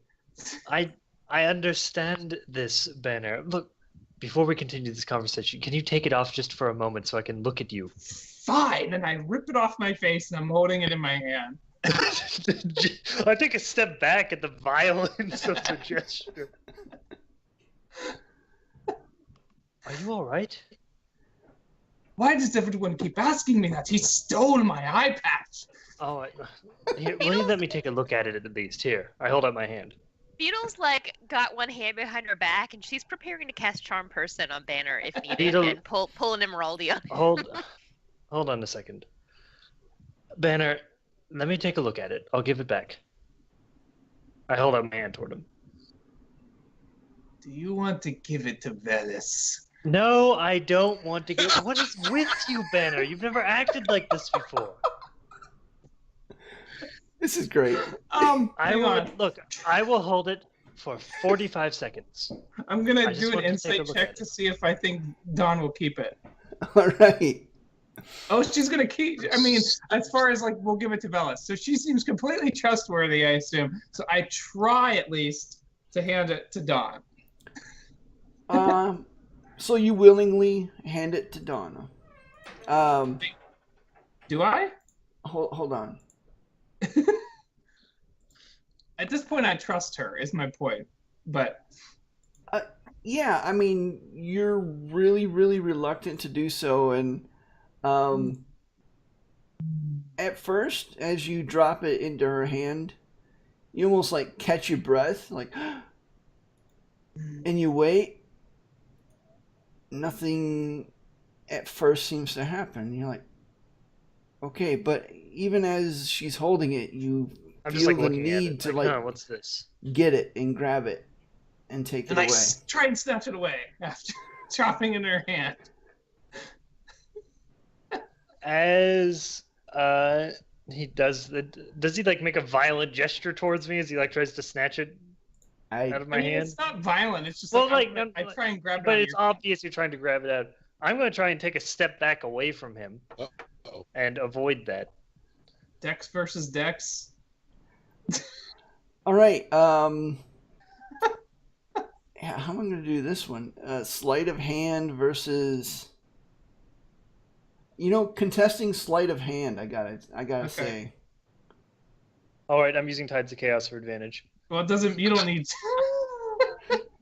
Yeah. Should I do a natural step? I turn and look at him, and I say, "Turn around and close your eyes for 2 minutes." And I cast Suggestion out. Is suggestion work given what else is going on? That's the question. That's a good question. I think it would. He might make. The I save. would say that suggestion would work. So I turn around and close my eyes. Well, you have to make the save first. It might not work on you. Yeah, wisdom, what's wisdom the saving throw. What's It's a your whiz DC? save. 14. Okay. Wisdom saving throw. Yep. Oh, nope. I tackle Dawn and try and get it back. No, that doesn't work. I'm just gonna run away around the clear and get them chasing me. I'm just gonna run in circles. No, stop! And as you're chasing after Dawn Banner, paranoia sets in. Wait, what? Paranoia sets in as you're I now drop my convinced. weapon and I'm like, give me back my eye. You're now convinced that Dawn is trying to steal your iPad. As I'm running, and presumably everyone else is watching, I hold it in my hand and tuck it right next to me, like this, so he can't see it. I cast Major Image in my right hand to make it look like I'm holding it, and I chuck it through the trees away. I chuck the illusion, and it goes away to make it look like I just threw it in that direction. Does that fool me? It's the question. Major Image. I think you have to make. He has to make an investigation check as an action. Yeah. Right, well, as Just I'm go ahead and looking make at an it, running investigation check. And just for fun, He did use Tides of Chaos and has cast 2 spells that are over at least 1 spell. There's 2 spells. I did my wild magic rolls, but if I have used Tides of Chaos, so it can happen. Make your save or investigation check.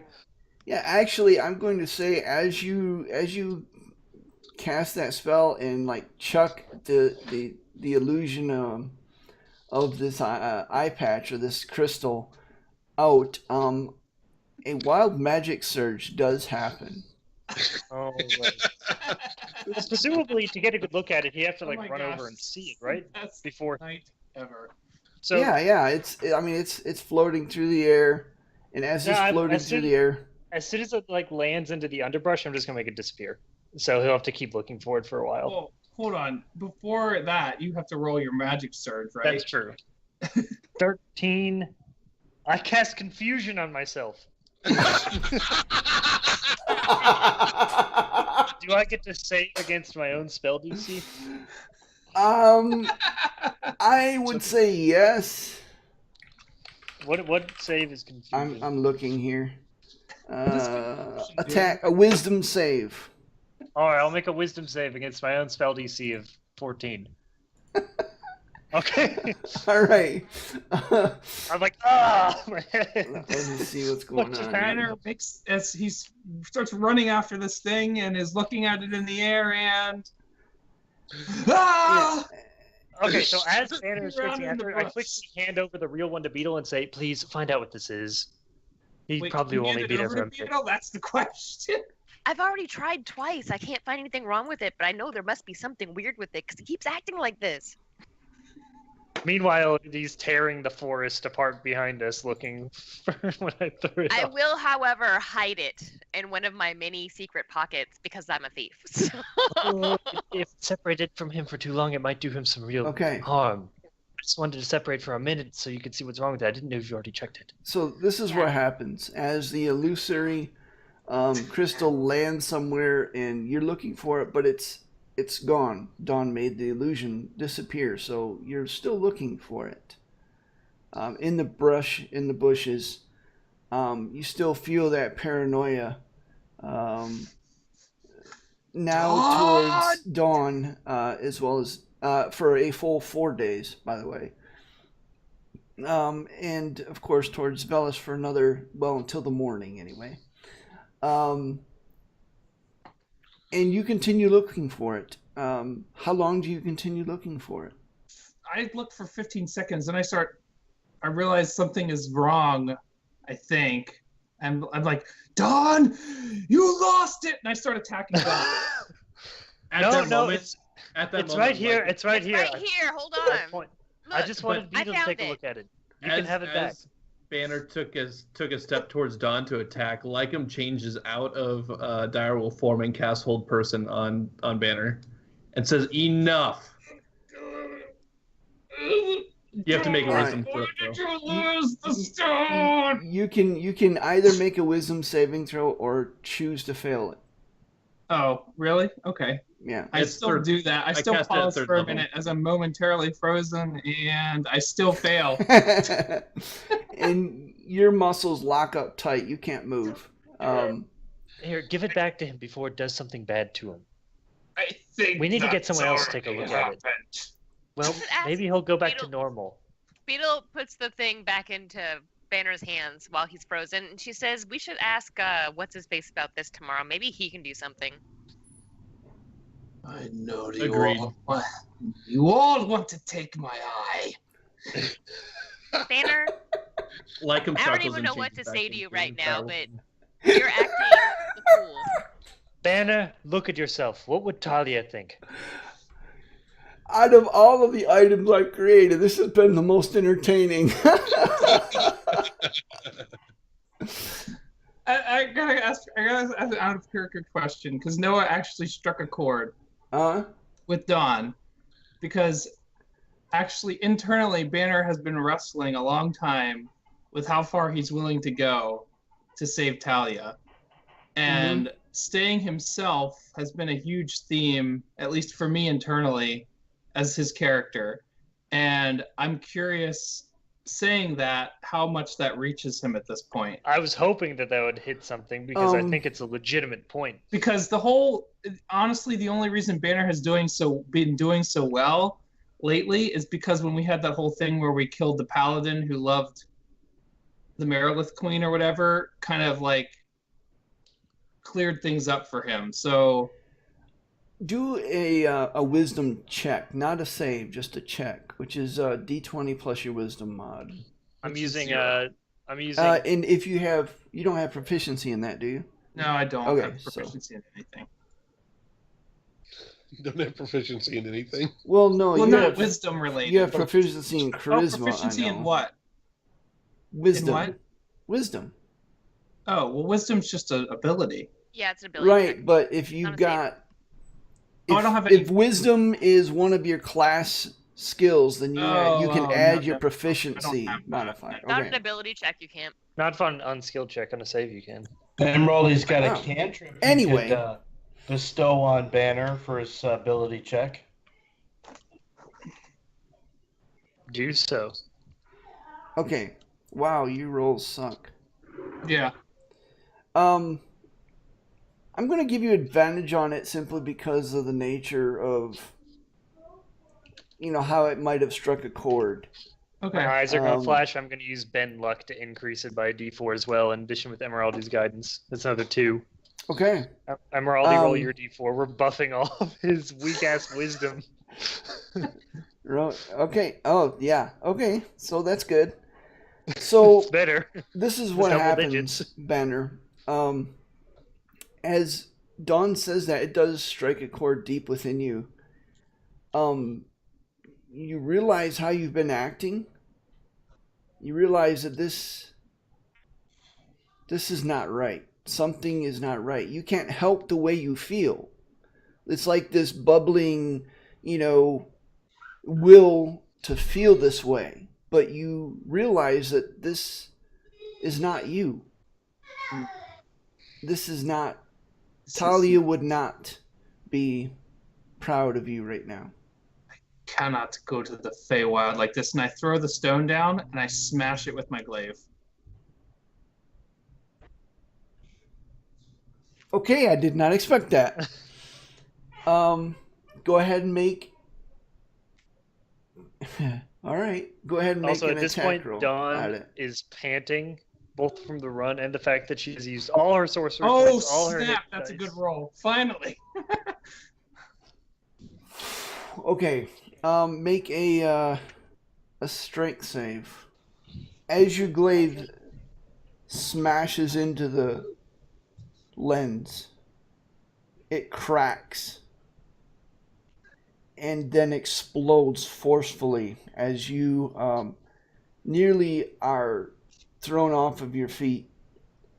You do take 8 points of force damage as shards of from the impact of the explosions, but also piercing damage as shards of the lens slice into you and through you, doing an additional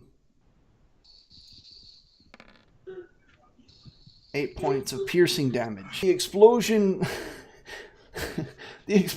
lights the entire field momentarily like a thunderclap. Everyone hears it.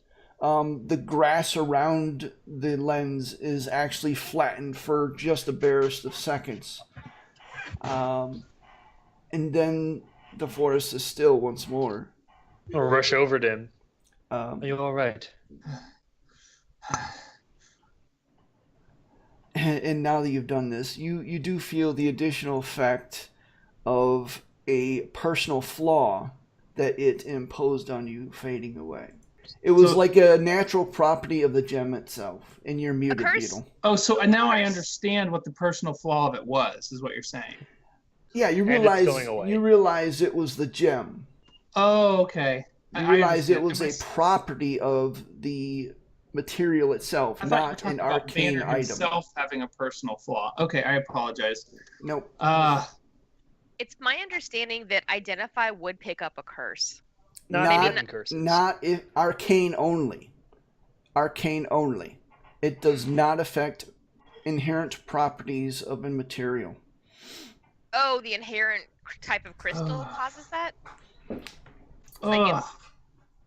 What in the? Just like the Am I crystal. still that no? affected Here's my eye. question though. Am I still paranoid? You still feel kind of like that, but you realize that it was as the gem is smashed and the can cause fight of it that to a is degree. yeah. Okay. So I mean, you're able to rationalize it. You know what I mean? It happened again. Are you all right Why now? am I so weak? What happened again? I became a puppet. Don, fellas, I'm so sorry. Was that thing like cursed or something? Something was wrong with it. I don't know. It wasn't the right gem for whoever enchanted it. It wasn't part of the magic. I don't understand. It's gone now. Well, it's gone You now. look a lot better, except for the blood everywhere. Are you feeling okay? How is he like bleeding a lot? I mean, he's he took wounded 16 by a points lot. of damage. So. I got 34. I'm at 34 hit points, so just stay away from me. Banner walks away because he's not ready to go to the Feywild anymore. Oh no. I'm gonna wait a couple minutes, and then I'm gonna try and stealth after him Okay. with my hood up. All right. But go if ahead. anyone else does something sooner All right. than a couple minutes, Ed- that happens first. As all of this has been kind of transpiring, it has been drawing down towards evening. The sun is now set below the horizon, into a kind of a purple dusk.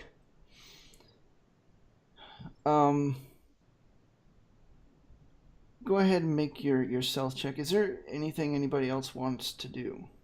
I'm pulling my hood up to have an advantage. If Doradar shows himself again, I will want to like take him, see if he wants to go for a walk, so I can chat with him for a bit. All right. I will come back to that before we end that evening. Can Emerald do any of his prayer research before we do a rest? Yeah, you can go ahead and make your rolls. How many rolls can I make? Just one for every 24-hour period. So 1. Beetle sees Dawn stealth away and messages her. It just says, Do you? I rolled 25. well, you're not here all of a sudden, and This is Banner true. just left. So, so she's just gonna message after you. Let me know if you need me. And meanwhile, Beetle's gonna pull out some of the metal struts and cogs and things that Mhm. she picked up in Earthheart and start doing a little bit of tinkering. All right. Yeah, Dawn. You definitely become a ghost as you, after a few moments, trail after Banner. Banner, what are you doing at this point, off alone? Banner, I guess, heads to the tree line to find some darkness and just hide his face in shame. And he has the impression that when things get crazy like this, that's when he has these dreams about Talia. And he tries to focus on her and see if he can talk to her. Okay. Banner, you try to focus on Talia, that connection that you hold with her.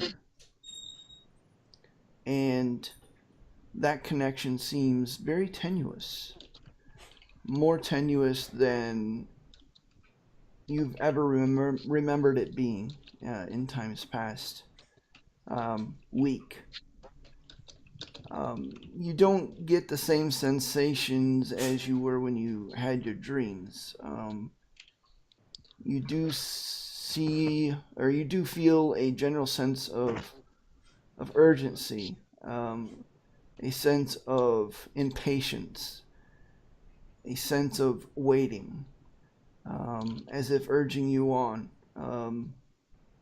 But that's all. You don't really get words per se, more prods or senses or emotional, impetus. And then the connection kind of seems to wobble and fade.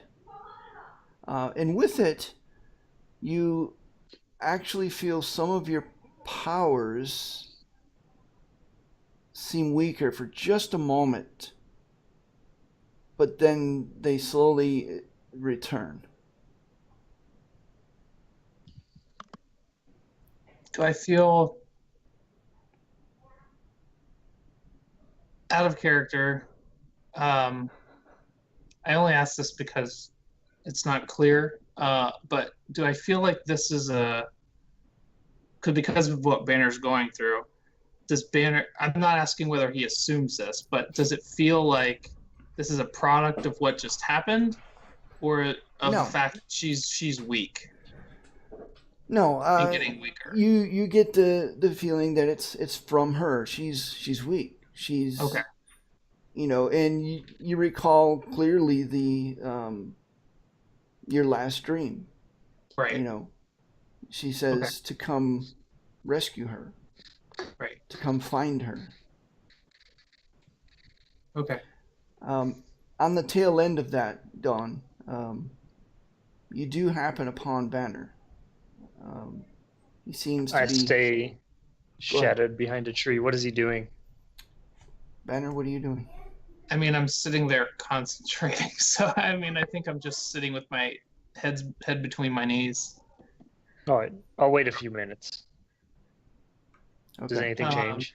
Realizing, I guess if I'm like coming out of this whole thing while Don's still there, I think I look up, and honestly, I'm just staring off into space at this point, I think, because I'm considering so many different things. Okay. And honestly, as a player, I'm still thinking and processing what just happened, so. All right. Back in the clearing, Lycum, you feel rather than see kind of a ripple in the fabric of nature, and a slit opens up right in front of you, kind of a teardrop slit from a tree, and Doradar emerges, and the slit slowly grows back together as if it never existed. He looks a little tired. He kind of looks around absently, scratching his beard, taking in the clearing. Spies. Yeah, go ahead. Back in direwolf form, Lycum's been laying there with his head on his paws, and all of a sudden we see that his ears perk up, and he looks over and he sees him walk through, and all while staying in direwolf form, he says, "Sorry to bother you while you are busy at work with Vero, but I would like a moment with you, Doradar. It's a pleasure to meet you. First off, if you don't mind, would you be willing to go for a walk for a few?" Wolf brother, I was wondering if you were going to actually speak up or just watch. I do have a barest of a few moments. I needed to take a rest, so a walk is as good as anything. Come. And he leads you in the opposite direction, towards the tree line. As you guys enter the tree line, you swear the trees just kind of don't part, but they just kind of push away a little bit as if preparing a path for him. and you as he walks through the forest. Well, so you have questions? I have a billion questions, but I know your time is limited, and I do not want to waste it. So the first, I guess, would be, I know that you disappeared, or there are rumors that you disappeared before the spell plague occurred. I was curious, as I'm sure that you can already ascertain, I was definitely affected by the spell plague when it hit, unlike some druids, but others definitely were. Were you affected at all? I was diminished for a short period, yes. The way my powers work are a little different from yours or from any others, I would assume. Nature itself has allowed me to connect with her. I don't really know how to explain it better than that. Once you get to be my age and hopefully equal to my ability, you would understand. One could only hope. Yeah, when the spell plague occurred, my powers were diminished greatly. I was set back drastically, and currently I'm battling against a wall. I can see the spells, I know the spells, I know what to do for them, but something is just standing in my way. Slowly over time, as I'm busting against that wall, I slowly make headway. Just recently, being able to cast Wall of Fire again, being able to access different abilities. One, though, that has surprised me recently is, as I have not stayed connected with my circle, I've actually grown stronger in my direwolf form, which did not occur before. I feel disconnected from the circle of the moon, and I feel myself growing a bit more feral. Well, that's actually at the crux of the reason why I separated myself from my circle and from most other druids. It's difficult to explain, but nature herself has taught us these circles. Does one then think that nature is done simply teaching us, that no other abilities, no other philosophies will then emerge? Nature is endless. Our knowledge of that has the potential of being equally endless.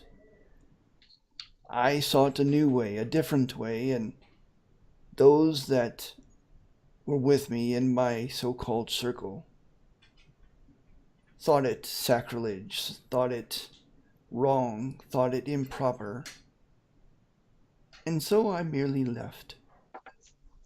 I respect their opinions. Their lack of respect for mine is what caused the schism. I still respect their opinions, but their beliefs no longer hold sway over mine. I guess what I'm saying is that your path, and it is a path, it is not a circle. A circle is retrotting steps once and again. But your path is different. I would encourage you to continue following it. And you might be surprised where it may take you. I'm already surprised. I don't have too much more to ask at this moment, but having one such as yourself to be able to keep in contact with as I go through and struggle against this wall and this barrier, is there a way to keep in contact with you on our travels? Maybe for advice or questioning on where to go with my path, but a fair question.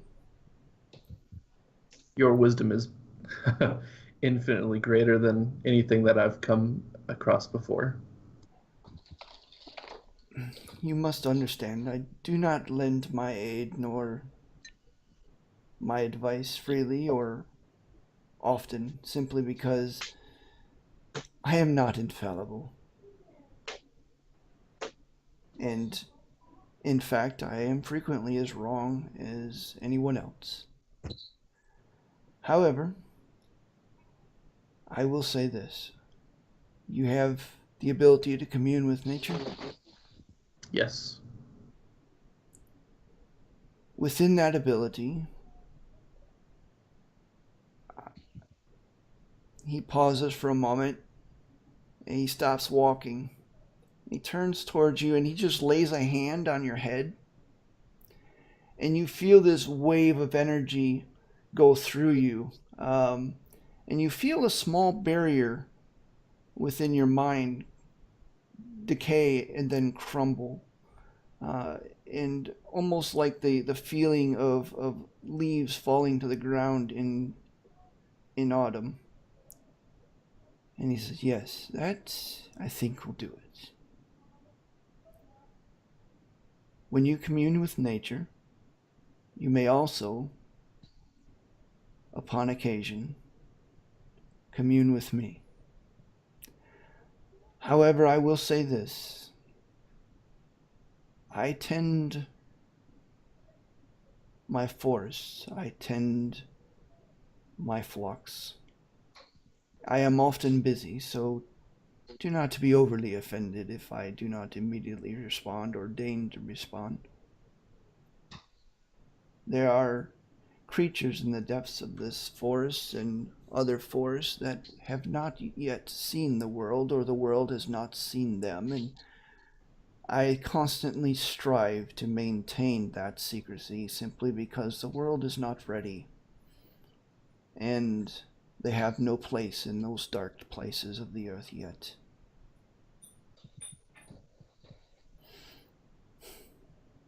Thank you. From the depths of my soul, I cannot thank you enough for that privilege, and I will do my best to make sure that I do not use it unwisely.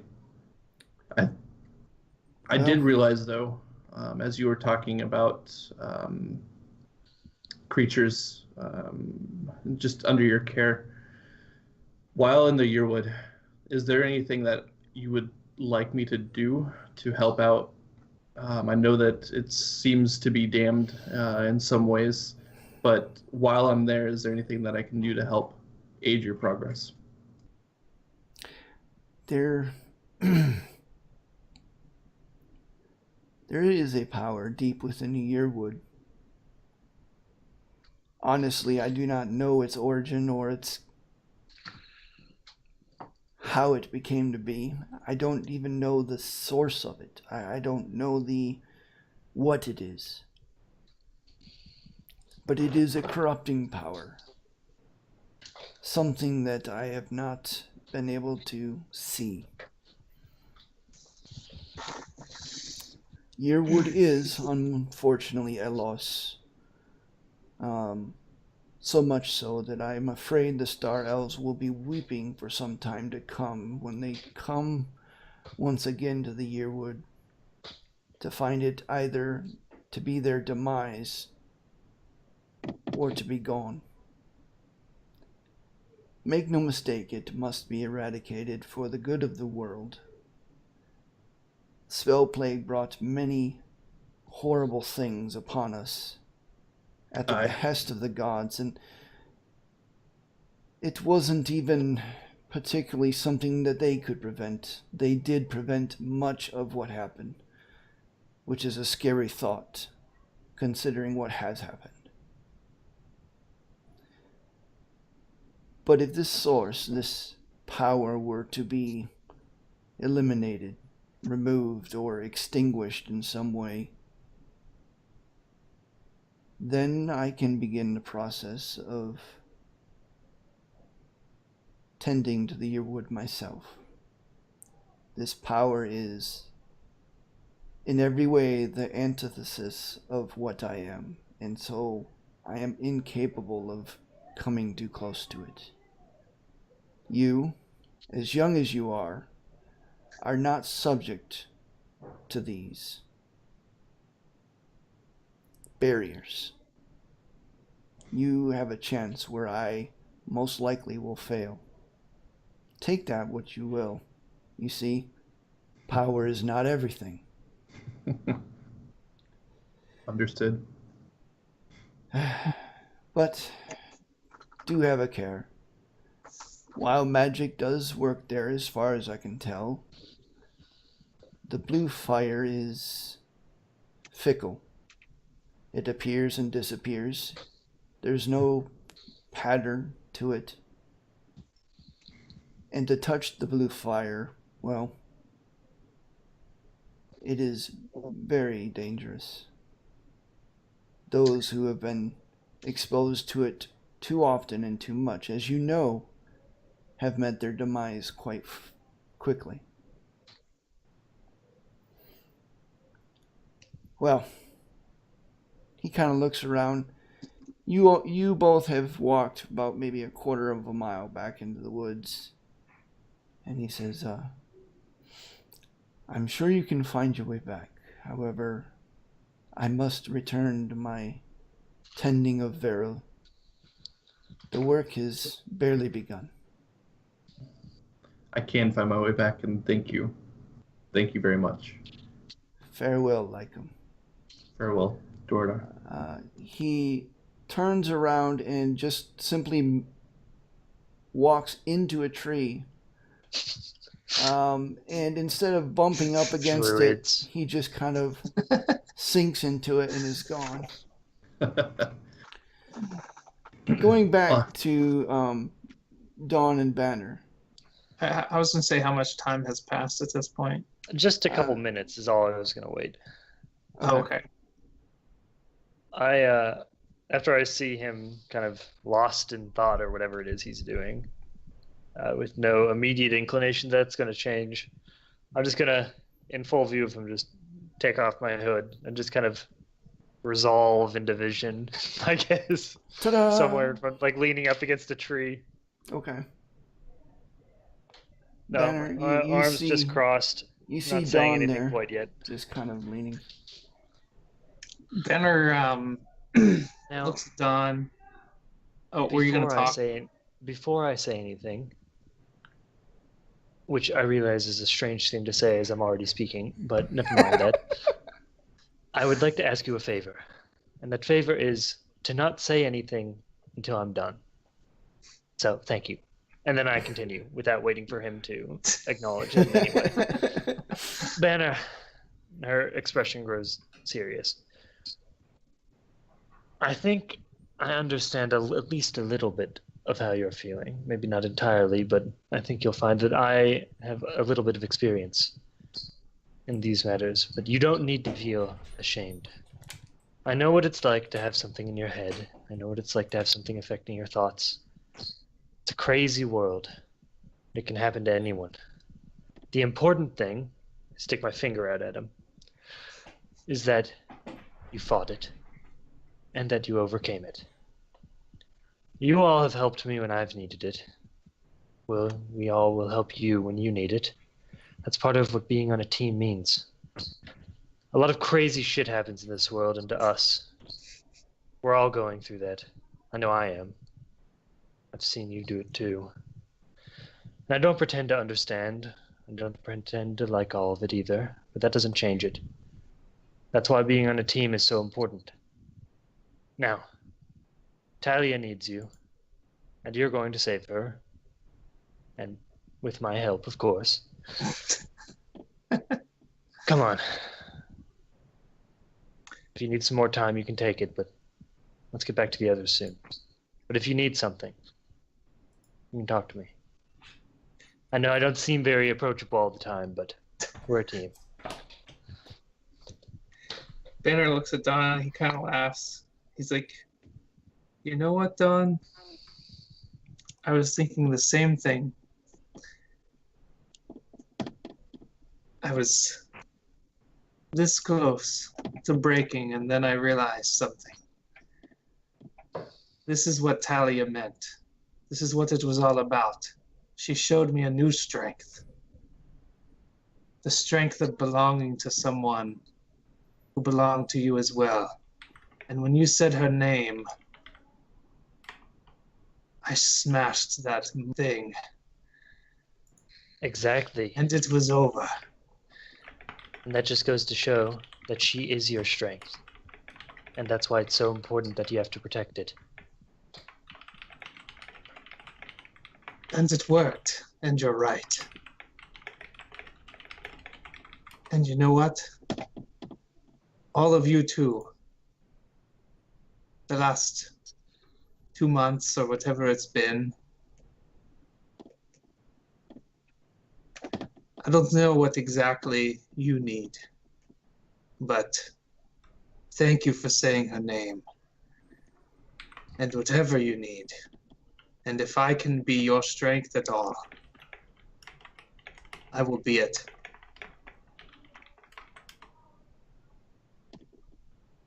And I came here thinking it was over, and I'm leaving thinking it's about to begin. It certainly is.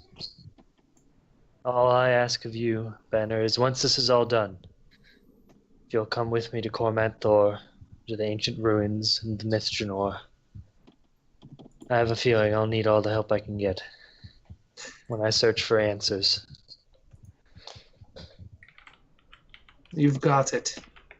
And Banner gets up and he starts walking away with a confidence that he hasn't had probably in a very long time. I follow him, clap him on the shoulder, and we walk back to camp together. And I will say, he puts his arm around Don with an affection that he hasn't had for Don in a very Aw. at all. At all. Just as notably, Dunn lets him. Back by the campfire, Beetle grins because she's been spying on them through Cog. And then she regains her own senses and goes back to work. And whoever was by the campfire noticed all of a sudden that she was in the middle of tinkering something, then she just kind of stopped for about 3 minutes. And then she just grins and goes back to work. All right. And as the evening deepens to night, does anybody else want to do anything else before you take a long rest? I'd like to make my roll to study Arcana stuff. Yep, go ahead. Also, Dawn is freaking exhausted because she has 0 hit dice, 0 sorcery points, and 0 spell slots left. Yep, and as a reminder, you only get half of your hit dice back. On the Is it long rest. rounded up or rounded down? It's Rounded always down. rounded down. Everything Okay. is rounded down in D&D unless it says it isn't. Okay. All right. Now, with your that is- permission, we may go a little later than 9:30, but certainly not beyond 10, if that is all right with everybody. I should be able to. I can do that. I don't think it depends, but I don't think it'll be that much longer. So And Velas Ah. just plays like lullaby for everybody to get some good rest that night. yeah, you hear dun dun dun dun dun dun dun dun See, this is like in the dun, Fire dun. Emblem games when you have your characters talk to each other to build a relationship and make them better in combat when sitting next to each other. That's basically Banner and Dawn just. Banner and Don just went, boop, boop, boop. By the way, I really enjoyed this this bit of play a lot, actually. I gotta say that whole thing worked out for Banner in a way that I did not expect. Yeah, you and me that was both. really cool. You and me both. So, Anybody paying attention when Beetle starts putting away her stuff for the night notices that she'd made something that looks like a functional claw, like a big paw with claws. Velas walks over and goes, "Can I wear that?" No, no, you cannot. Please. Nope, Just a little bit. nope. But it Working on a looks project. cool. Gonna be my best work yet. by the way, Emeraldi, I did see your roll earlier. It was a 10, correct? No, Oh no, it was a 5. No, okay, so that was not a beneficial roll. Same with Lycans, it wasn't either. The 10 wasn't. Yeah, okay. And I'm no, just you're banging my head against a book that I don't understand. yeah. You actually you turn the page, and and when you turned the page, it was like in an entirely different language, and you're like, what? And you spend like 5 minutes trying to like work through it, and then you're just like, dum, dum, dum. Oh. That's like me with Japanese right now. I get So- through like the first sentence, and I'm like, does this mean that he wanted to eat with her for dinner, or that he wanted to eat her for dinner? I can't tell.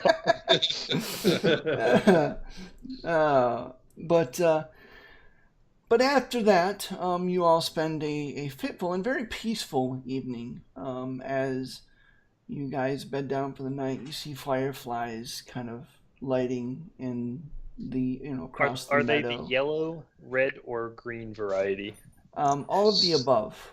Oh, that's special. They're only yellow ones where I live. Yes. And you hear of course, the night crickets, and after, I would say sometime after midnight, you actually hear a few heavy footsteps as the giants that were actually watching from the tree line for all the while are now receding back into the forest. And the rest of the night Stalker actually, giants. yeah, well, you got the sense that they were kind of watching over you a little bit.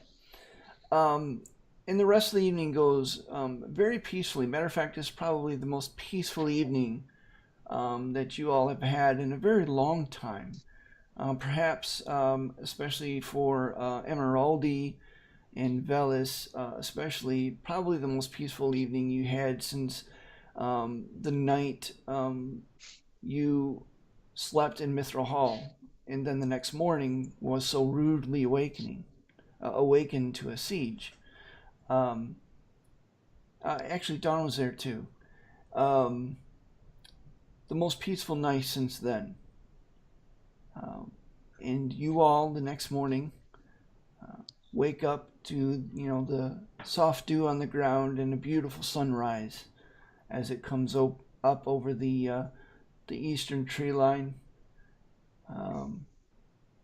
And as you all crawl out of your tents, you see Doradar there tending a modest fire with a few things, some vegetables and natural mushrooms and things like that laid out in some wooden bowls on a on a table that seems to have been formed from the wood somehow, almost as if coaxed into forming a table rather than building a table.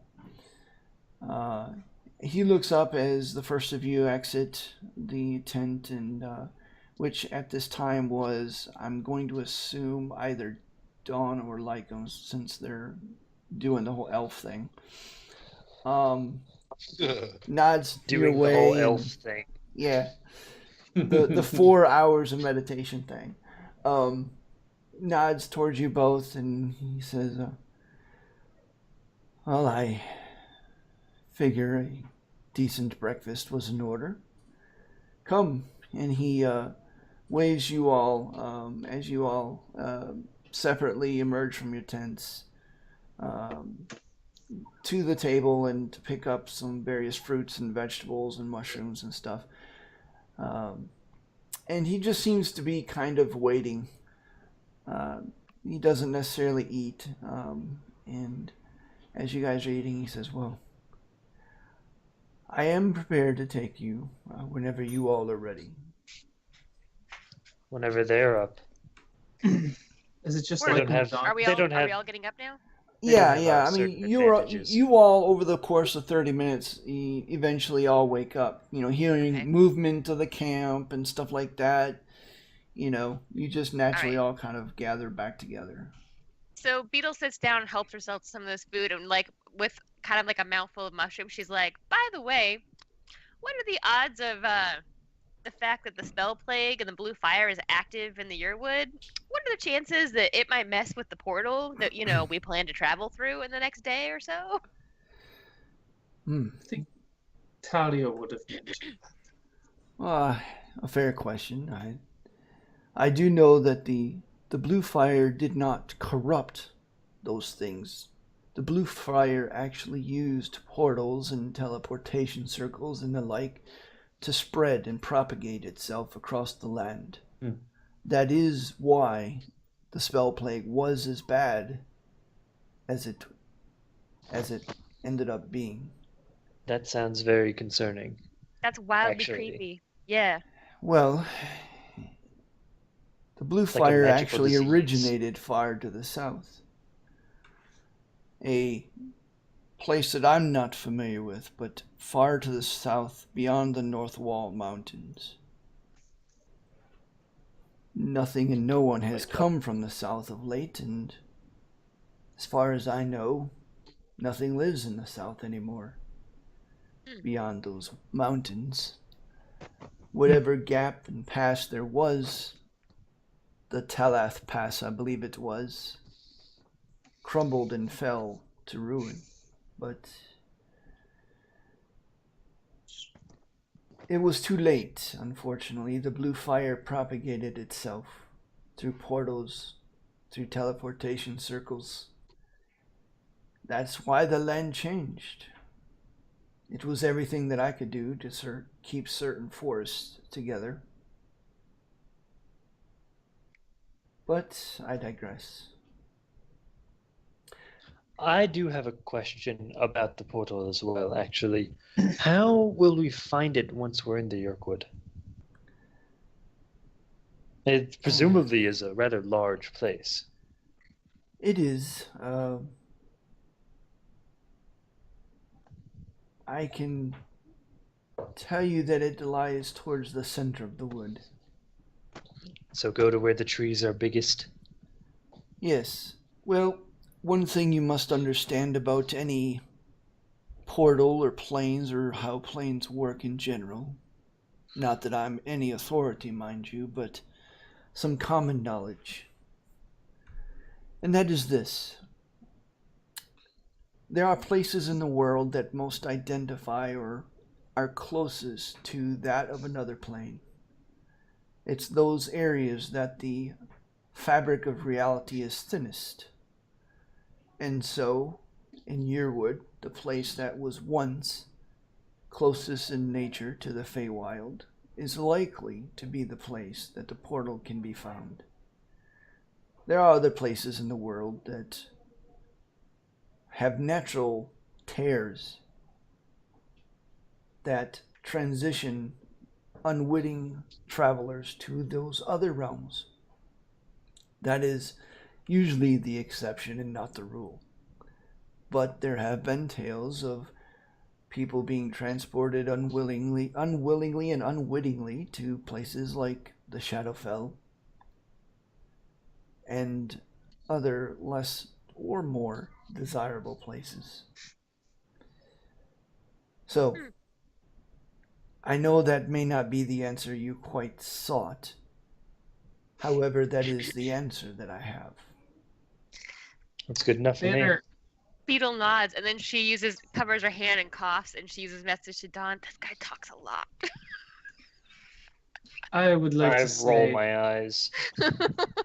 that Banner steps up. He's like, I would like to say that I, for one, am ready.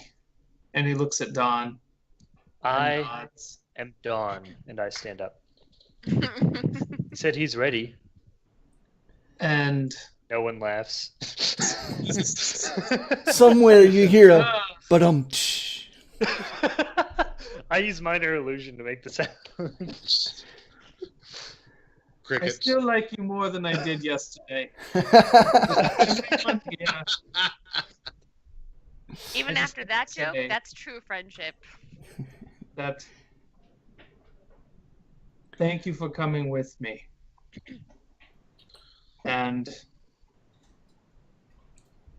I know that we are going to do great things, and I will do great things for each one of you. Yeah, And You you, already have. Dordaw, think that giant friend of yours in the woods as well. At this, Dorudar actually looks a little surprised. and Did you puzzled. talk to one of the giants? Yeah, He was he quite kind. said I'm some so things to me. jealous.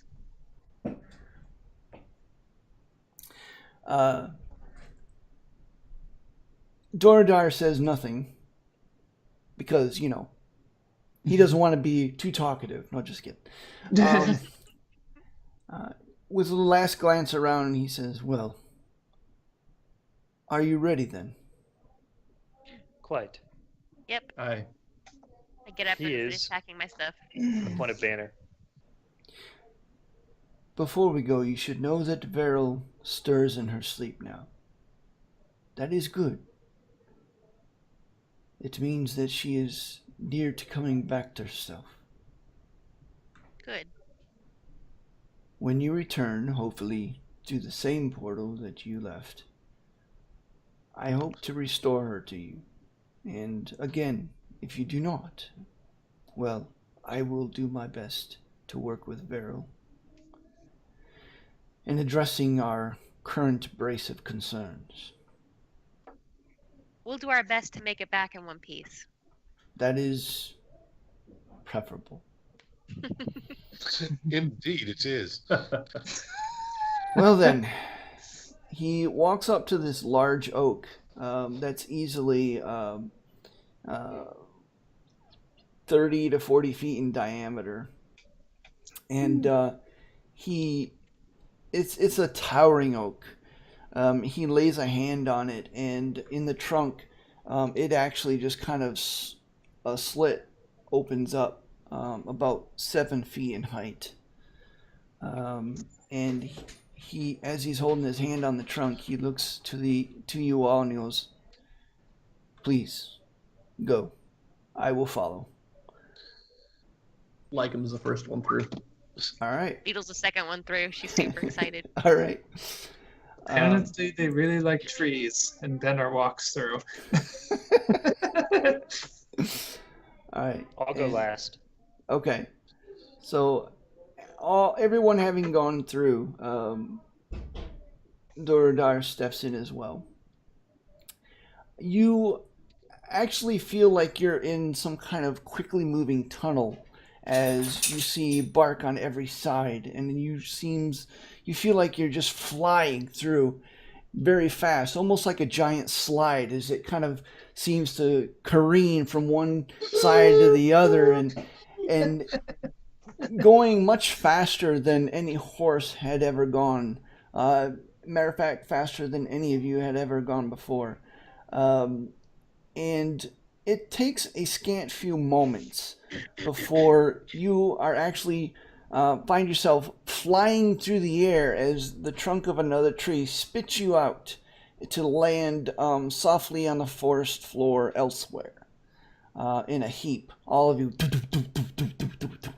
as you kind of fall on your butts or your faces or whatever the case may be as you plop Velis out. doesn't. As Lycum lands, Yeah, he Velis just says, kind of lands and rolls and comes back on his feet with a flourish. Beetle does so as well, though not quite so as not as fancy of a flourish as Velis, which I'm is gonna kind of baseball saying slide out. Because of it, Cog like is a leg hanging on to extended. me. Yep. Banner and, has the same Sliding problem into with third this. base. All right. So yeah, and then Emeraldi just kind of because of his armor. as Lycum lands, he just says, "I've missed that." And turning around, Doradar just kind of stately walks out of the trunk as it closes up behind him. He kind of smirks a little bit. He points to the east. And he says, over there is the small town of Glorandar. It is a farming community. They respect the trees and they stay away from the yearwood. We are on the western edge of yearwood. As he points to the west, you guys are actually in a stand of trees, and there's a clearing all around. To the west, you see another tree line. that is what you can only assume to be yearwood. So as you are looking there, you see brief flickering blue light from a distance. He says, I must return to Veril as soon as I can, which is right away. Be mindful He's going of... back right away. Why'd he come through with us? Be mindful of my warning. And come here once you are done. I will know when you arrive. Okay. Until then, my friends, fair winds and good luck.